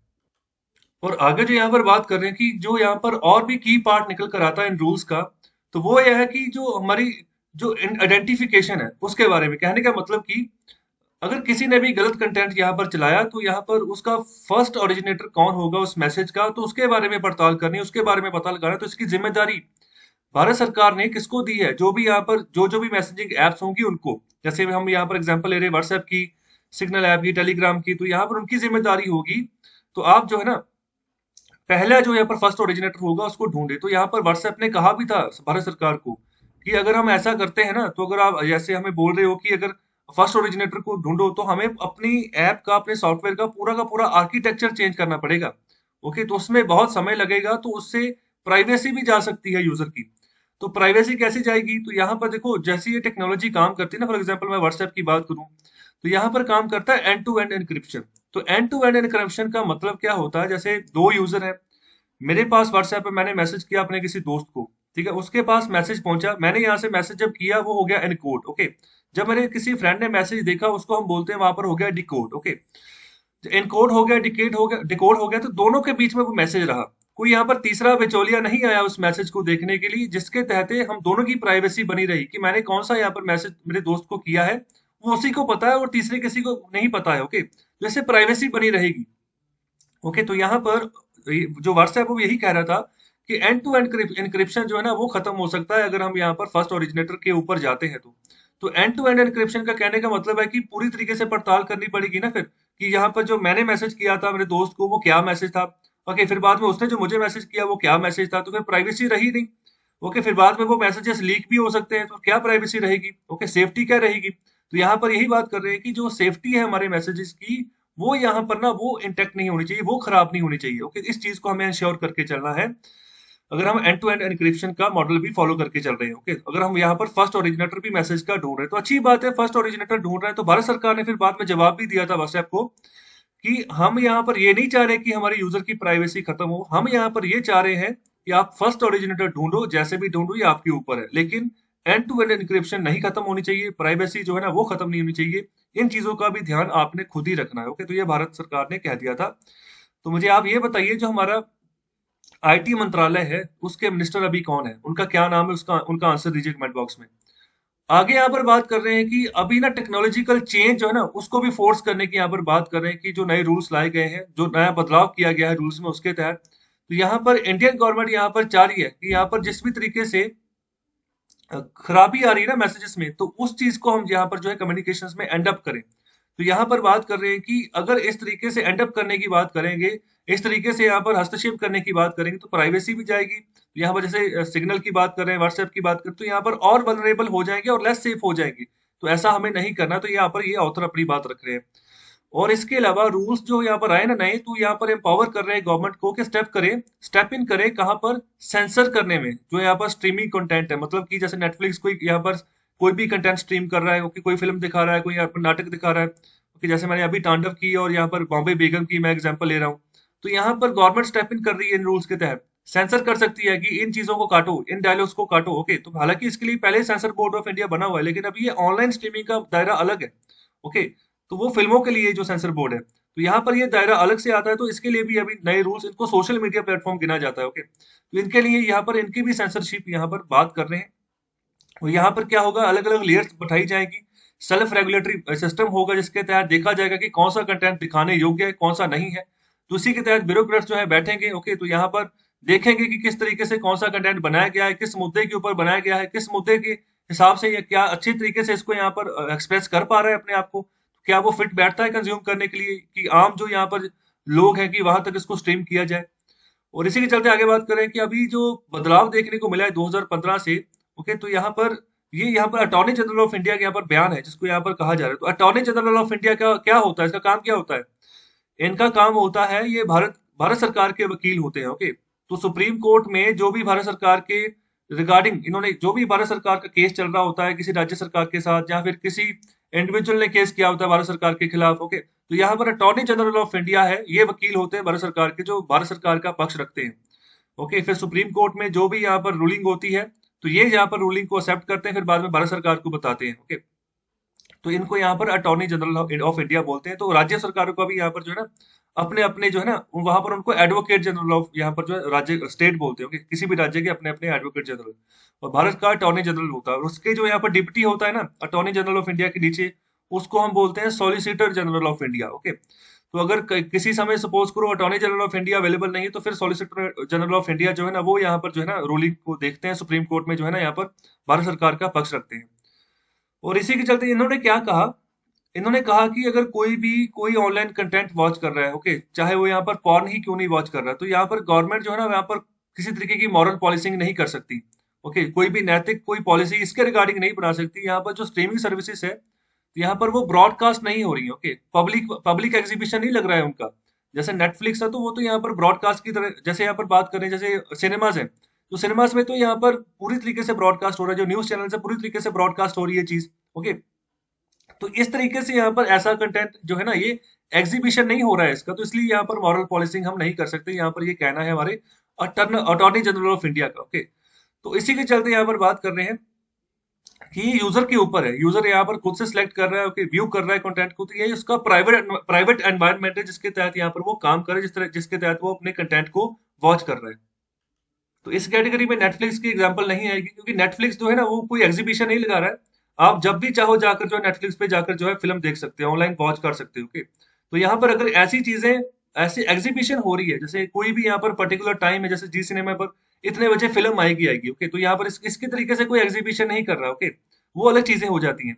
तो यहाँ पर जो ऑनलाइन वॉचिंग है, तो ये अलग चीजें हो जाती है। ये बयान था अटॉर्नी जनरल ऑफ इंडिया का, कि जो यूजर कंटेंट है वो अपने आप से खुद से प्राइवेट प्राइवेट एनवायरनमेंट में देख रहा है, तो उसके ऊपर अगर हम हस्तक्षेप करते हैं, तो वो कोई नैतिकता की अगर हम बात करें, तो उसके मुकाबले में वो सही नहीं होगा। और इसके अलावा जो आगे बात कर रहे हैं कि सिमिलर रेगुलेटरी स्ट्रक्चर जो है ना सेंसरशिप का, वो क्रिएट किया गया इन्हीं रूल्स के द्वारा जो ऑनलाइन न्यूज है उनके ऊपर। ओके, तो यहाँ पर जैसे कोई भी यहाँ पर जो है जिसको यहाँ पर किसी ना किसी तरीके से आप उसको लाकर जो है ना, यूट्यूब पर जैसे कोई भी न्यूज कंटेंट हो रहा है, ओके, तो वहां पर कोई एड जो है वो रन हो रही है, तो वहां पर आप कमेंट पास कर रहे हो न्यूज के ऊपर। तो इस तरीके से यहाँ पर इन सबके ऊपर जो है दायरा बांधा जाएगा, रखा जाएगा, नजर रखी जाएगी कि इस तरीके से यहाँ पर काम चल रहा है यूट्यूब के ऊपर भी, और वहां पर कैसे न्यूज कंटेंट जो है पब्लिश हो रहा है। तो यहाँ पर जितने भी स्पेशलिस्ट न्यूज पब्लिकेशन है, तो यहाँ पर जो ऑनलाइन यहाँ पर डोमेन के ऊपर काम कर रहे हैं, तो इनको इनको इनके ऊपर भी जो है ना ये रूल जो है अप्लाई होंगे। ओके, इनके ऊपर भी यहाँ पर सिमिलर रेगुलेटरी स्ट्रक्चर जो है वो यहाँ पर उनके फ्रेमवर्क के तहत जो है इनको कवर किया जाएगा। और इसके अलावा देखो, जब ये सब चीजें ऐड होती जाएंगी, एक के ऊपर एक चीजें ऐड होती जाएगी। क्योंकि शुरुआत हमने यहाँ पर गूगल फेसबुक से की, उसके बाद यहाँ पर मैसेजिंग एप्स आ गई, उसके बाद ये यूट्यूब की यहाँ पर जो है ना ये जो ऑनलाइन न्यूज भी आ गई। तो इस तरीके से बर्डन कितना बढ़ जाएगा, जो यहाँ पर गूगल का कोई कंप्लाइंस ऑफिसर भी बैठेगा अगर, या फेसबुक का कोई कंप्लाइंस ऑफिसर बैठेगा भारत में आकर, जिसका की काम है यहाँ पर जो है ग्रीवेंसेस है उसको सुनना और उसका निपटारा करना, तो कितना बर्डन हो जाएगा। ओके, तो किस किस बहाव तक और किस यहाँ पर मुकाम तक जो है यहाँ पर वो रिड्रेस कर पाएंगे। ओके, तो यहाँ पर हालांकि ये जो यहाँ पर कंप्लायंस है वो जो ट्रेडिशनल पब्लिशर्स है उनके ऊपर लागू नहीं होता। जो यहाँ पर पुराने जो अखबार का जो न्यूज कंटेंट निकल कर आता है, जो बहुत पुराने पब्लिशर्स हैं, उनके ऊपर ये लागू नहीं होता। ये खास तौर पर जो ऑनलाइन न्यूज कंटेंट यहाँ पर जो प्रोड्यूस करेंगे उनके ऊपर लागू होगा, लेकिन फिर भी अनवायबल इसको कहा जा रहा है। जो कंप्लायंस ऑफिसर है उनके लिए, मतलब क्या वो अच्छे तरीके से उनको कर पाएंगे। ओके, तो यहाँ पर कंप्लायंस बर्डन बढ़ जाएगा। ओके, तो इसके अलावा आगे जो बात की जा रही है कि गवर्नमेंट ऑफ इंडिया ने यहाँ पर अपने आप को एडिशनल पावर दी है कि सीक्रेटली जो है ना न्यूज को ब्लॉक कर सकती है, जितना भी कंटेंट ऑनलाइन चल रहा है, विदाउट एनी जुडिशियल ओवरसाइट, मतलब कि कोई भी यहाँ पर जो है जजमेंट नहीं होगी किसी भी कोर्ट की, तो उससे पहले पहले ही यहाँ पर जो है उस कंटेंट को ये सीक्रेटली ब्लॉक कर सकते हैं। तो यहाँ पर बात कर रहे हैं कि ये इलीगल हो सकता है for online news publisher. Okay, तो उनके लिए यहाँ पर हो सकता है कि जो है इलीगल हो to disclose that they have been asked to censor content, मतलब उनसे पूछा ही नहीं गया कि जो कंटेंट को जो है यहाँ पर सेंसर करना है, किसको नहीं करना है। तो ये यहाँ पर जो है थोड़ा सा एक अलग सा रास्ता है जिसको यहाँ पर पब्लिक नैरेटिव में यहाँ पर जो है बदलाव लाने की यहाँ पर जरूरत है, इसके रिगार्डिंग बात करें। ओके, और आगे यहाँ पर बात करें कि पिछले कुछ सालों में देखा गया है कि इंडियन गवर्नमेंट जो है यहाँ पर कुछ कंसल्टेशन इनकी रही है आईटी एक्ट के बिहाव पर ही। तो आईटी एक्ट के बिहाव पर यहाँ पर बात कर रहे हैं कि अपने आप में यहाँ पर इनेबल नहीं है कि यहाँ पर इस तरीके की प्रोविजंस को क्रिएट कर पाए जिससे कि हम ट्रेसेबिलिटी बढ़ा पाए, ट्रेस कर पाए कि कहाँ से कोई खराब कंटेंट वो शुरू हुआ। तो उसमें अभी भी प्रॉब्लम्स आ रही हैं। तो यहाँ पर अभी कोशिश कर रहे हैं कि इस तरीके से आईटी एक्ट आगे अपने आप को नहीं एक्सपैंड कर पाया कि जो ऐसे प्लेटफॉर्म्स को ये नज कर पाए कि किस तरीके से हम प्रोएक्टिव मॉनिटरिंग कर पाए अलग अलग प्लेटफॉर्म्स की, क्या सही काम कर रहे हैं वो, क्या नहीं कर रहे हैं, उन कंटेंट को अच्छे सही समय रहते डाउन कर रहे हैं या नहीं कर रहे हैं। ओके, तो आप देखो ट्विटर पे जो गलत हैंडल्स चल रहे थे, ओके, जो यहाँ पर फार्म प्रोटेस्ट के बारे में गलत न्यूज छाप रहे थे, तो उसके बारे में भी भारत सरकार ने कई बार, दो बार बोला, दो बार लिस्टें दी। तो जब तीसरी बार जब धमकी मिली कि हम ट्विटर को बैन कर सकते हैं, हालांकि भारत सरकार ने वर्बली ऐसी धमकी नहीं दी, लेकिन ऐसा माहौल क्रिएट हो गया कि भारत जो है बैन कर सकता है ट्विटर को, तब जाकर उसने एक्शन लिया। ओके, तो ऐसे मॉनिटरिंग जो है ना अभी और बड़े पैमाने पर बनाने की जरूरत है। तो यहाँ पर इसी रिगार्डिंग बात कर रहे हैं कि जो एक्ट है तो यहाँ पर हमें अलाउ नहीं करता for creation of entire regulatory structures for streaming services और इवन डिजिटल न्यूज। ओके, तो अभी अच्छे तरीके से कैसे यहाँ पर जो रेगुलेटरी स्ट्रक्चर बनाया जाए अभी तक नहीं बना है इस एक्ट के तहत। चलो, नए रूल जो है हर बार आते हैं तो नए रूल्स का यहाँ पर इम्पैक्ट होता है, लेकिन उस स्ट्रक्चर को, उस ढांचे को भी साथ साथ जो है ना हमने डेवलप करना है ताकि वो रूल्स का को फायदा भी हो आने वाले समय में। और अभी आखिर में जो बात की जा रही है तो यहाँ पर गवर्नमेंट के बारे में बात कर रहे हैं ऑथर की। गवर्नमेंट यहाँ पर क्या करती है कि नोटिफाई कर देती है नए रूल्स को। ओके, तो यहाँ पर जो है ना किसी तरीके से जो पार्लियामेंट्री प्रोसेस है, जैसे लॉ मेकिंग का कानून बना, ओके, उसको पास किया, फिर यहाँ पर जो है ना इंडियन सिटीजन को यहाँ पर चैलेंज करने की यहाँ पर बात कर रहे हैं, फिर वो इंडियन सिटीजन यहाँ पर कोर्ट में जाएगा। ओके, फिर यहाँ पर इंश्योरमेंट होगी कि वो जो एक्शन, जो भी रूल्स बनाए गए वो सही है या गलत है। ओके, हो सकता है बाद में यहाँ पर उनको अनकॉन्स्टिट्यूशनल करार दिया जाए। तो यहाँ पर ऑथर भी यही बात कर रहे हैं कि ये सब चीजें अनकॉन्स्टिट्यूशनल के तरीके से ही आप काम कर रहे हो, तो आप जो पूरे के पूरे प्रोसेस उसको अंडरमाइन कर रहे हो, ओके, जानबूझकर कमजोर कर रहे हो। ओके, तो यहाँ पर ये आप चाह तो रहे हो कि हम यहाँ पर रेगुलेशन करें गुड फेथ में, लेकिन वो हो बैड फेथ में रही। ओके, क्योंकि यहाँ पर जो सिटीजन है कह रहे हैं कि उसको यहाँ पर जो है दंड प्रावधान जो है उनका सामना करना पड़ता है। ये अभी नए रूल्स के अकॉर्डिंग नहीं कह रहे ये बात ऑथर, ये बात कर रहे हैं जो पुराने रूल्स जो बन चुके हैं आईटी एक्ट के, उनके रिगार्डिंग अभी बात कर रहे हो कि अभी नए रूल्स जो बने तो उसका तो हमें दिख ही रहा है कि वो नए रूल्स आने वाले समय में सोशल मीडिया प्लेटफॉर्म के ऊपर काफी बड़े पैमाने पर इम्पैक्ट डालेंगे, और इसकी शायद कहीं ना कहीं जरूरत भी है अभी, अभी जो माहौल चल रहा है। ओके, ये अभी जो बात जो ऑथर बात कर रहे हैं पुराने जो रूल्स थे उनके तहत बात कर रहे हैं। अभी ये 2006 की बात कर रहे हैं कि इस समय क्या हुआ था कि बेजी.कॉम के को फाउंडर थे अवनीश बजाज। ओके, तो इनको अरेस्ट किया गया जब वो दिल्ली एयरपोर्ट में लैंड किए। ओके, तो यहाँ पर उनको कहा गया कि दिल्ली पुलिस के साथ आप कोऑपरेट करो। तो यहाँ पर भी आईटी एक्ट के तहत ही यहाँ पर ये कुछ काम यहाँ पर हुआ था, कोई लफड़ा हुआ था। तो यहाँ पर आईटी एक्ट को फिर 2008 में भी अमेंड किया गया था कि इस ऐसे प्लेटफॉर्म्स को कैसे प्रोटेक्ट किया जाए। ओके, फिर दूसरा यहाँ पर अरेस्ट करने की बात कर रहे हैं शाहीन दादा और रीनू श्रीनिवासन का। तो यहाँ पर एक ने कोई ऐसी खराब सी कोई पोस्ट डाली थी। ओके, ओके, ऐसी पोस्ट डाली जो कि सही नहीं होगी, जिसके तहत दूसरे ने लाइक कर दिया। 2012 की बात है, सेक्शन 66 ए के तहत जो था ना आईटी रूल्स के, यहाँ पर बाद में वो चीज भी अनकॉन्स्टिट्यूशनल ही करार दी गई 2015 में। ओके, जब उनको यहाँ पर अरेस्ट किया गया। ओके, कोर्ट ने यहाँ पर इसको भी अनकॉन्स्टिट्यूशनल बोल दिया कि ये सही नहीं है। तो यही इसलिए बात यहाँ पर दोहरा रहे हैं कि पहले आप पूरा का पूरा प्रोसेस बनाते हो, लॉ बनाते हो, रूल्स लेकर आते हो कि फिर सिटीजन जो है वो कोर्ट में जाता है, फिर कोर्ट उसको बोल देती है कि आप सरकार ने जो काम किया वो अनकॉन्स्टिट्यूशनल है। तो ऐसे पूरे लफड़े लफड़े में आप पढ़ रहे हो, ठीक है, रेगुलेशन कर रहे हो, तो उसको अच्छे फेथ में करने की यहाँ पर ऑथर बात कर रहे हैं। तो यहाँ पर आने वाले समय में कौन सफर करेगा, तो यहाँ पर ऑथर का क्वेश्चन मार्क है कि जो नए रूल्स आए हैं आने वाले समय में कौन सफर करेगा, जो अभी रेग्रेसिव और ड्रैकोनियन रूल्स बनाए गए हैं, तो उसके वो समय बताएगा। तो ऑथर का यहाँ पर कहना ये है कि जो नए रूल्स बनाए गए उसमें भी बहुत सारी खामियां हैं, हमारी जो फ्रीडम है ना वो इम्पैक्ट हो रही है, तो उसको सही करना होगा भारत सरकार को और सही तरीके से इन रूल्स को लागू करना होगा। और इस आर्टिकल के जो ऑथर है, जो राइटर है, वो उनका नाम यहाँ पर पावा है, तो वो फाउंडर है मीडिया नामा के। और अभी बात करते हैं फ्रंट पेज न्यूज की, तो यहाँ पर बात करें जो यूनाइटेड नेशन है उसने कंफर्म किया है कि उसके पास जो है यहाँ पर $10,000 की जो है डोनेशन आई है from A pro Khalistan outfit. तो इस प्रो खालिस्तान आउटफिट का जो नाम है उसका नाम है SFG, जिसका फुल फॉर्म है सिक्स फॉर जस्टिस। तो ये यहाँ पर यूएस बेस्ड यहाँ पर जो है एक ऑर्गेनाइजेशन है, तो जो यहाँ पर जिसको चलाता है गुरपतवंत सिंह पन्नू, जिसको कि भारत सरकार के द्वारा जो है टेररिस्ट भी घोषित किया जा चुका है। तो अभी जो है जो सिक्स फॉर जस्टिस है वो यहाँ पर चाह रही है कि जो भारत में फार्म प्रोटेस्ट हो रहे हैं, तो उसमें उसके यहाँ पर उसमें काफी तरीके से जो है भारत सरकार मिस ट्रीटमेंट कर रही है उनका। उनके ऊपर सेडिशन के चार्जेस लगाए जा रहे हैं, ओके। उनको उनके ऊपर वायलेंस के चार्जेस लगाए जा रहे हैं, जिसके तहत यहाँ पर ये चाह रही है कि इसको इसको प्रूव किया जाए। तो ये इन्होंने यहाँ पर जो है डोनेशन दी है, यहाँ पर जो यहाँ पर यूनाइटेड नेशन का जो high commission for human rights है वहां पर, ओके। तो इसके तहत यहाँ पर जो है ना, अभी उनका क्या कहना है, ओके। तो यहाँ पर जो पहली बात करें, जो यूएन का जो कमीशन ऑफ इंक्वायरी है, वो क्या बात कर रहा है, तो वो यहाँ पर बात कर रहा है कि इनको जो यहाँ पर कहा गया है कि इन्वेस्टिगेट करें कि इंडिया जो है ना यहाँ पर वायलेंस जो है यूज कर रहा है, या फिर सेडिशन देशद्रोह के चार्जेस लगा रहा है कि जो प्रोटेस्टिंग फार्मर्स है, ओके, तो उसके खिलाफ। और इसके अलावा जो OHCHR है, ओके, यहाँ पर जो OHCHR है, जो office of high commissioner for human rights है, ओके, तो यहाँ पर उनका क्या कहना है कि क्या वो यहाँ पर किसी तरीके की इंक्वायरी बैठाएंगे भारत के खिलाफ। तो अभी उनका यहाँ पर सीधे सीधे यहाँ पर वो कह रहे हैं कि हमारा कोई प्लान नहीं है कि यहाँ पर कोई कमीशन ऑफ इंक्वायरी जो है हम भारत के खिलाफ बैठाएंगे, ओके। तो यहाँ पर किसी तरीके की भी अगर कंट्रीब्यूशन किसी इंडिविजुअल के द्वारा, किसी भी ग्रुप के द्वारा अगर OHCHR में आती है, ओके, तो यहाँ पर इसमें इस दायरे के अंदर आती है, तो यहाँ पर ना उसको अभी हम उसके साथ नहीं जोड़ सकते कि किसी स्पेसिफिक एक्टिविटी के साथ उसको जोड़ कर देखना शुरू कर दें।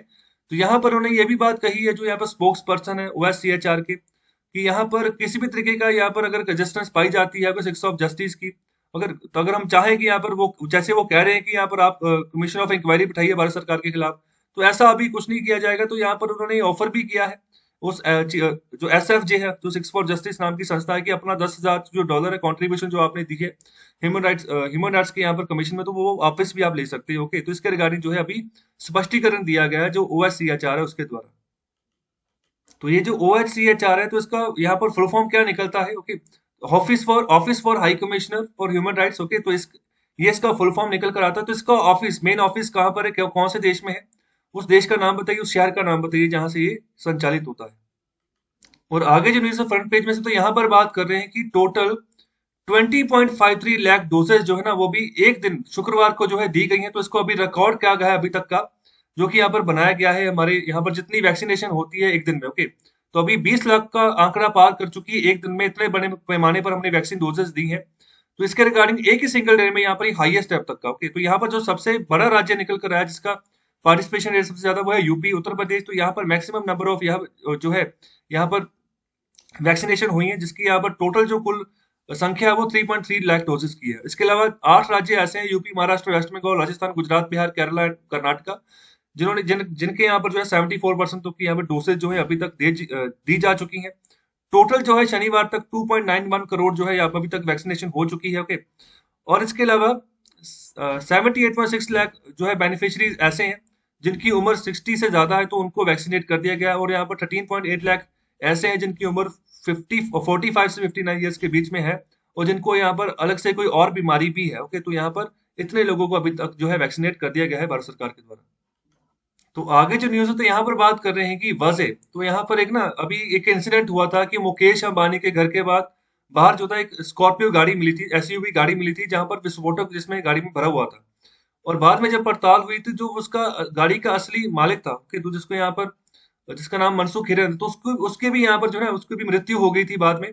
और अभी ये मामला गड़बड़ा गया, जिसके तहत यहाँ पर एक API है, कि तो यहाँ पर पुलिस से यहाँ पर एक संबंधित है एक यहाँ पर बंदा जिसका नाम है वाजे करके नाम है, ओके। तो यहाँ पर NIA ने अभी जो है इनको गिरफ्तार कर लिया, ओके, अरेस्ट कर लिया है। तो हमारी नेशनल इन्वेस्टिगेटिंग एजेंसी है, तो यहाँ पर पड़ताल कर रही है इस यहाँ पर पूरे मुद्दे की कि क्या एक्चुअली में हुआ क्या है, ओके, क्यों यहाँ पर विस्फोटक लाया गया था। तो इसी के रिगार्डिंग यहाँ पर बात करें, तो 25 फरवरी की ये बात है जब यहाँ पर विस्फोटक मिला था मुकेश अंबानी का जो घर है एंटीलिया, उसके बाद।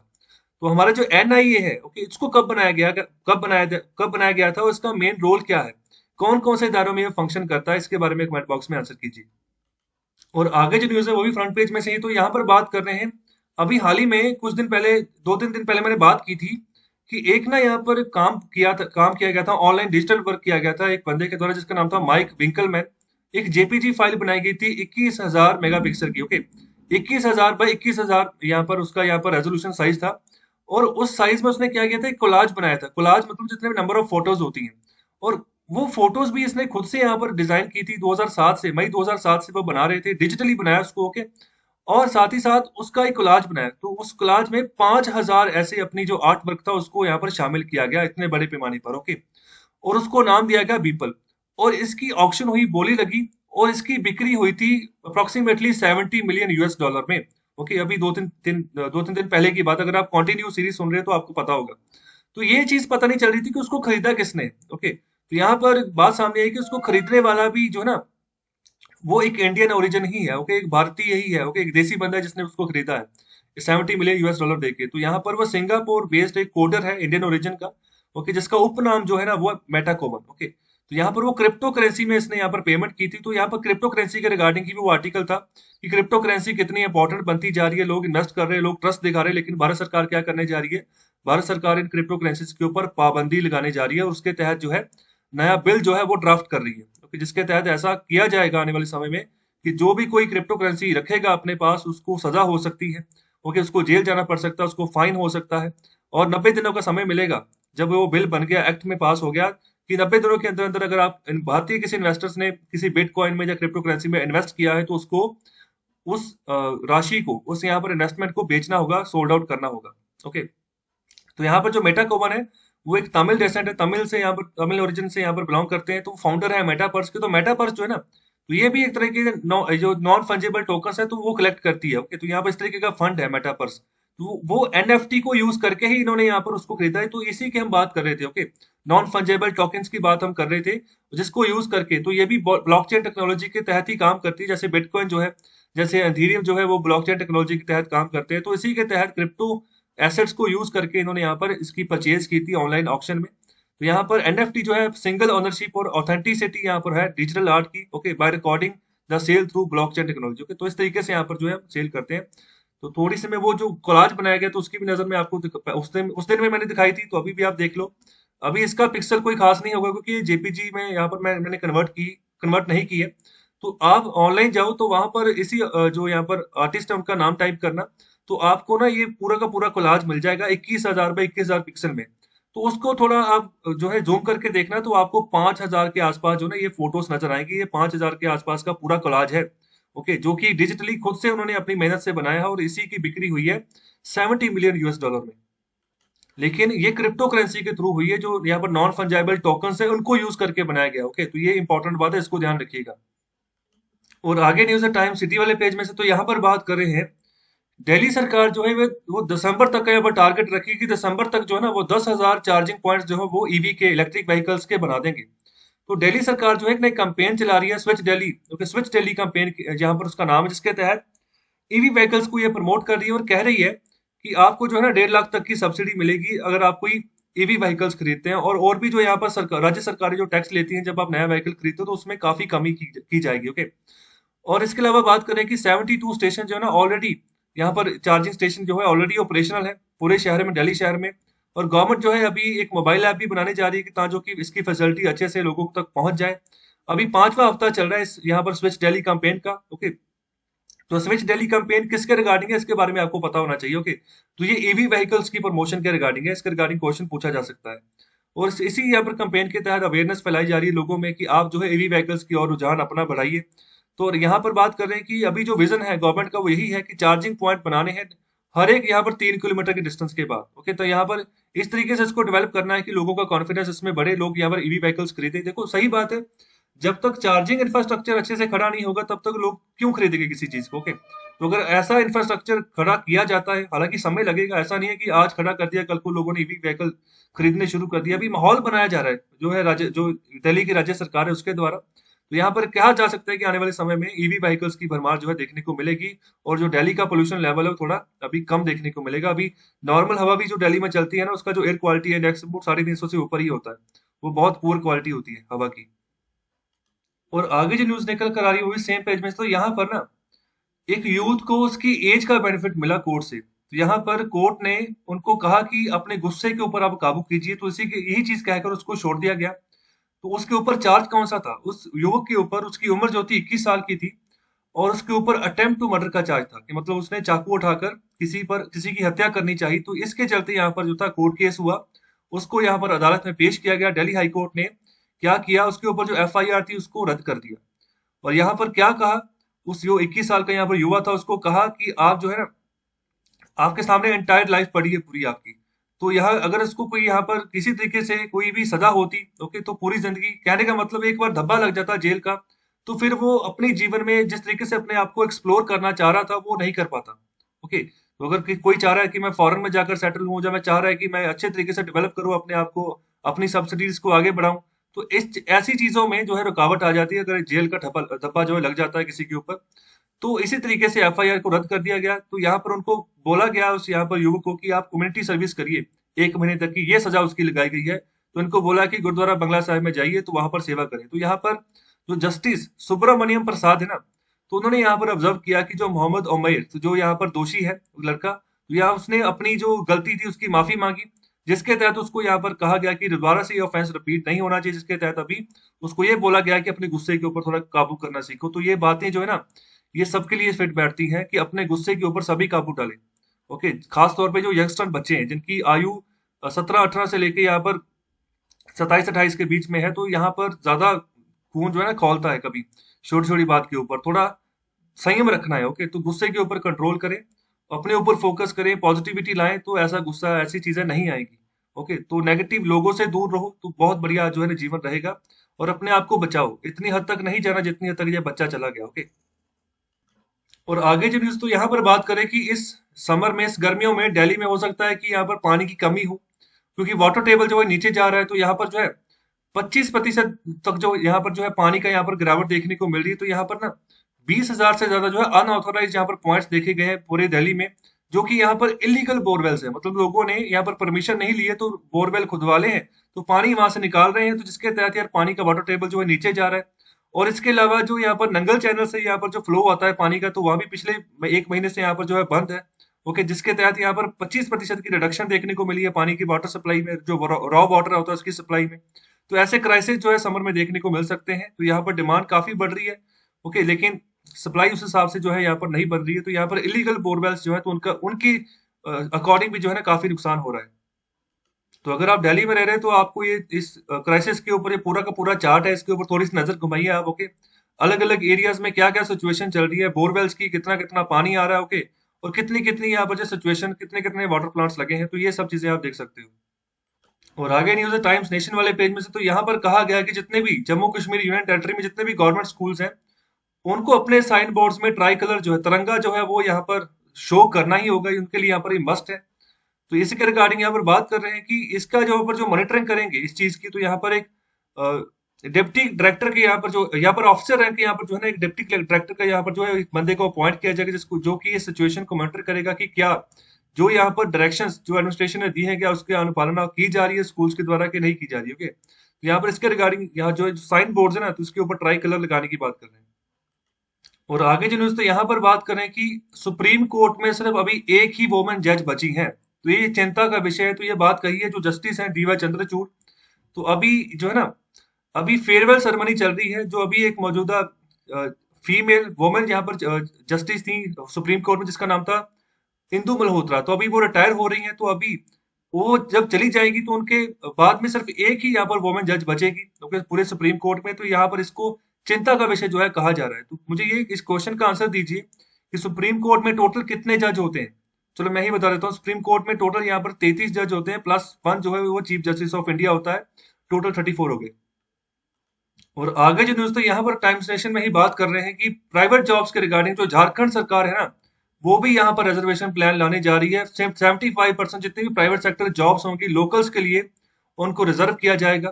तो इसके तहत मिक्स्ड रिस्पॉन्स देखने को मिल रहा है जो इंडस्ट्रियल सर्कल्स है वहां से। तो यहाँ पर जो ऑब्जेक्टिव यही है कि जो अनएम्प्लॉयमेंट रेट है लोकल्स का, उसको कम करना, जिसके तहत ये बातें कही जा रही है कि जितने भी तरह की फर्म्स होंगी, इंडस्ट्री होंगी झारखंड में, वहां पर 75% लोकल को ही यहाँ पर रिक्रूट किया जाएगा, बाहर के आदमी को जगह नहीं दी जाएगी।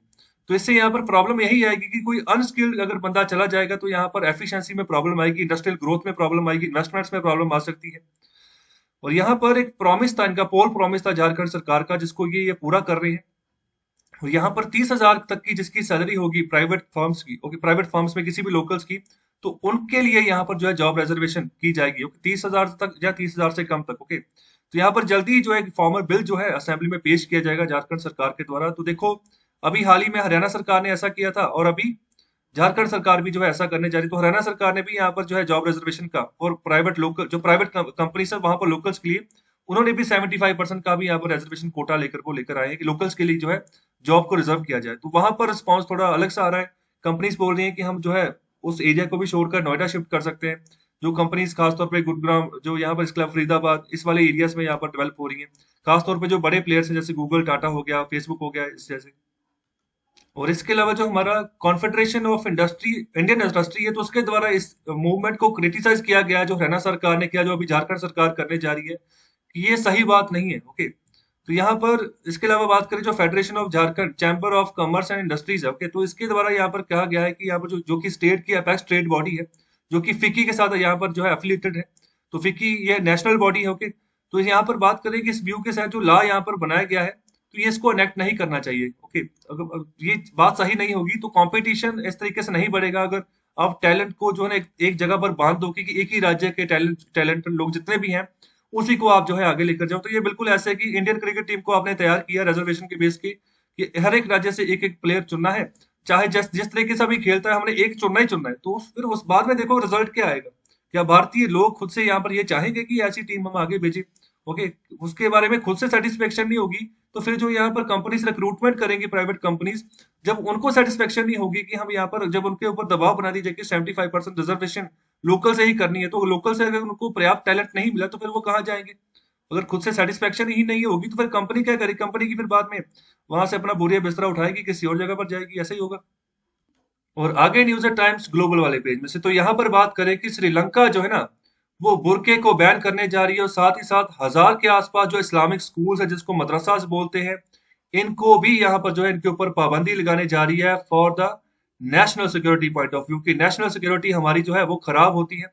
कोई भी जो है इलीगल एक्टिविटी आने वाले समय में हो सकती है, जिसके तहत यहाँ पर श्रीलंका सरकार जो है मूव चलने जा रही है, बुरकास के ऊपर पाबंदी लगाएगी और साथ ही साथ जो 1,000 इस्लामिक स्कूल्स है उनके ऊपर पाबंदी लगाई जाएगी। और इसके अलावा जो जो कंट्रीज ने पहले यहाँ पर पाबंदी लगी, तो फ्रांस यूरोपियन कंट्रीज में से पहला देश है जिसने फुल फेस यहाँ पर जो है बैन लगाया कि अगर किसी तरीके से आप अपना फेस नहीं ढक सकते हो। तो ये बैन अप्रैल 2011 से लगा है। उसके बाद 1600 से ऊपर अरेस्ट हो चुकी हैं जिन्होंने यहाँ पर इस चीज की अनुपालना नहीं की है। उसके अलावा जो और यहाँ पर कंट्रीज है, उसके अलावा वो बेल्जियम में 2011 में इन्होंने भी बैन लगा दिया, बुल्गारिया 2016 में बैन लगा, ऑस्ट्रिया 2017 में, डेनमार्क 2018 में, नीदरलैंड 2019 में, और स्विट्जरलैंड में भी यहाँ पर वोट कर दिया है कि ऐसी फेशियल कवरिंग्स के ऊपर बैन लगाया जाए। यहाँ पर रेफरेंडम हुआ था उसके रिगार्डिंग 7 मार्च 2021 को, अभी हाल ही में हुआ है।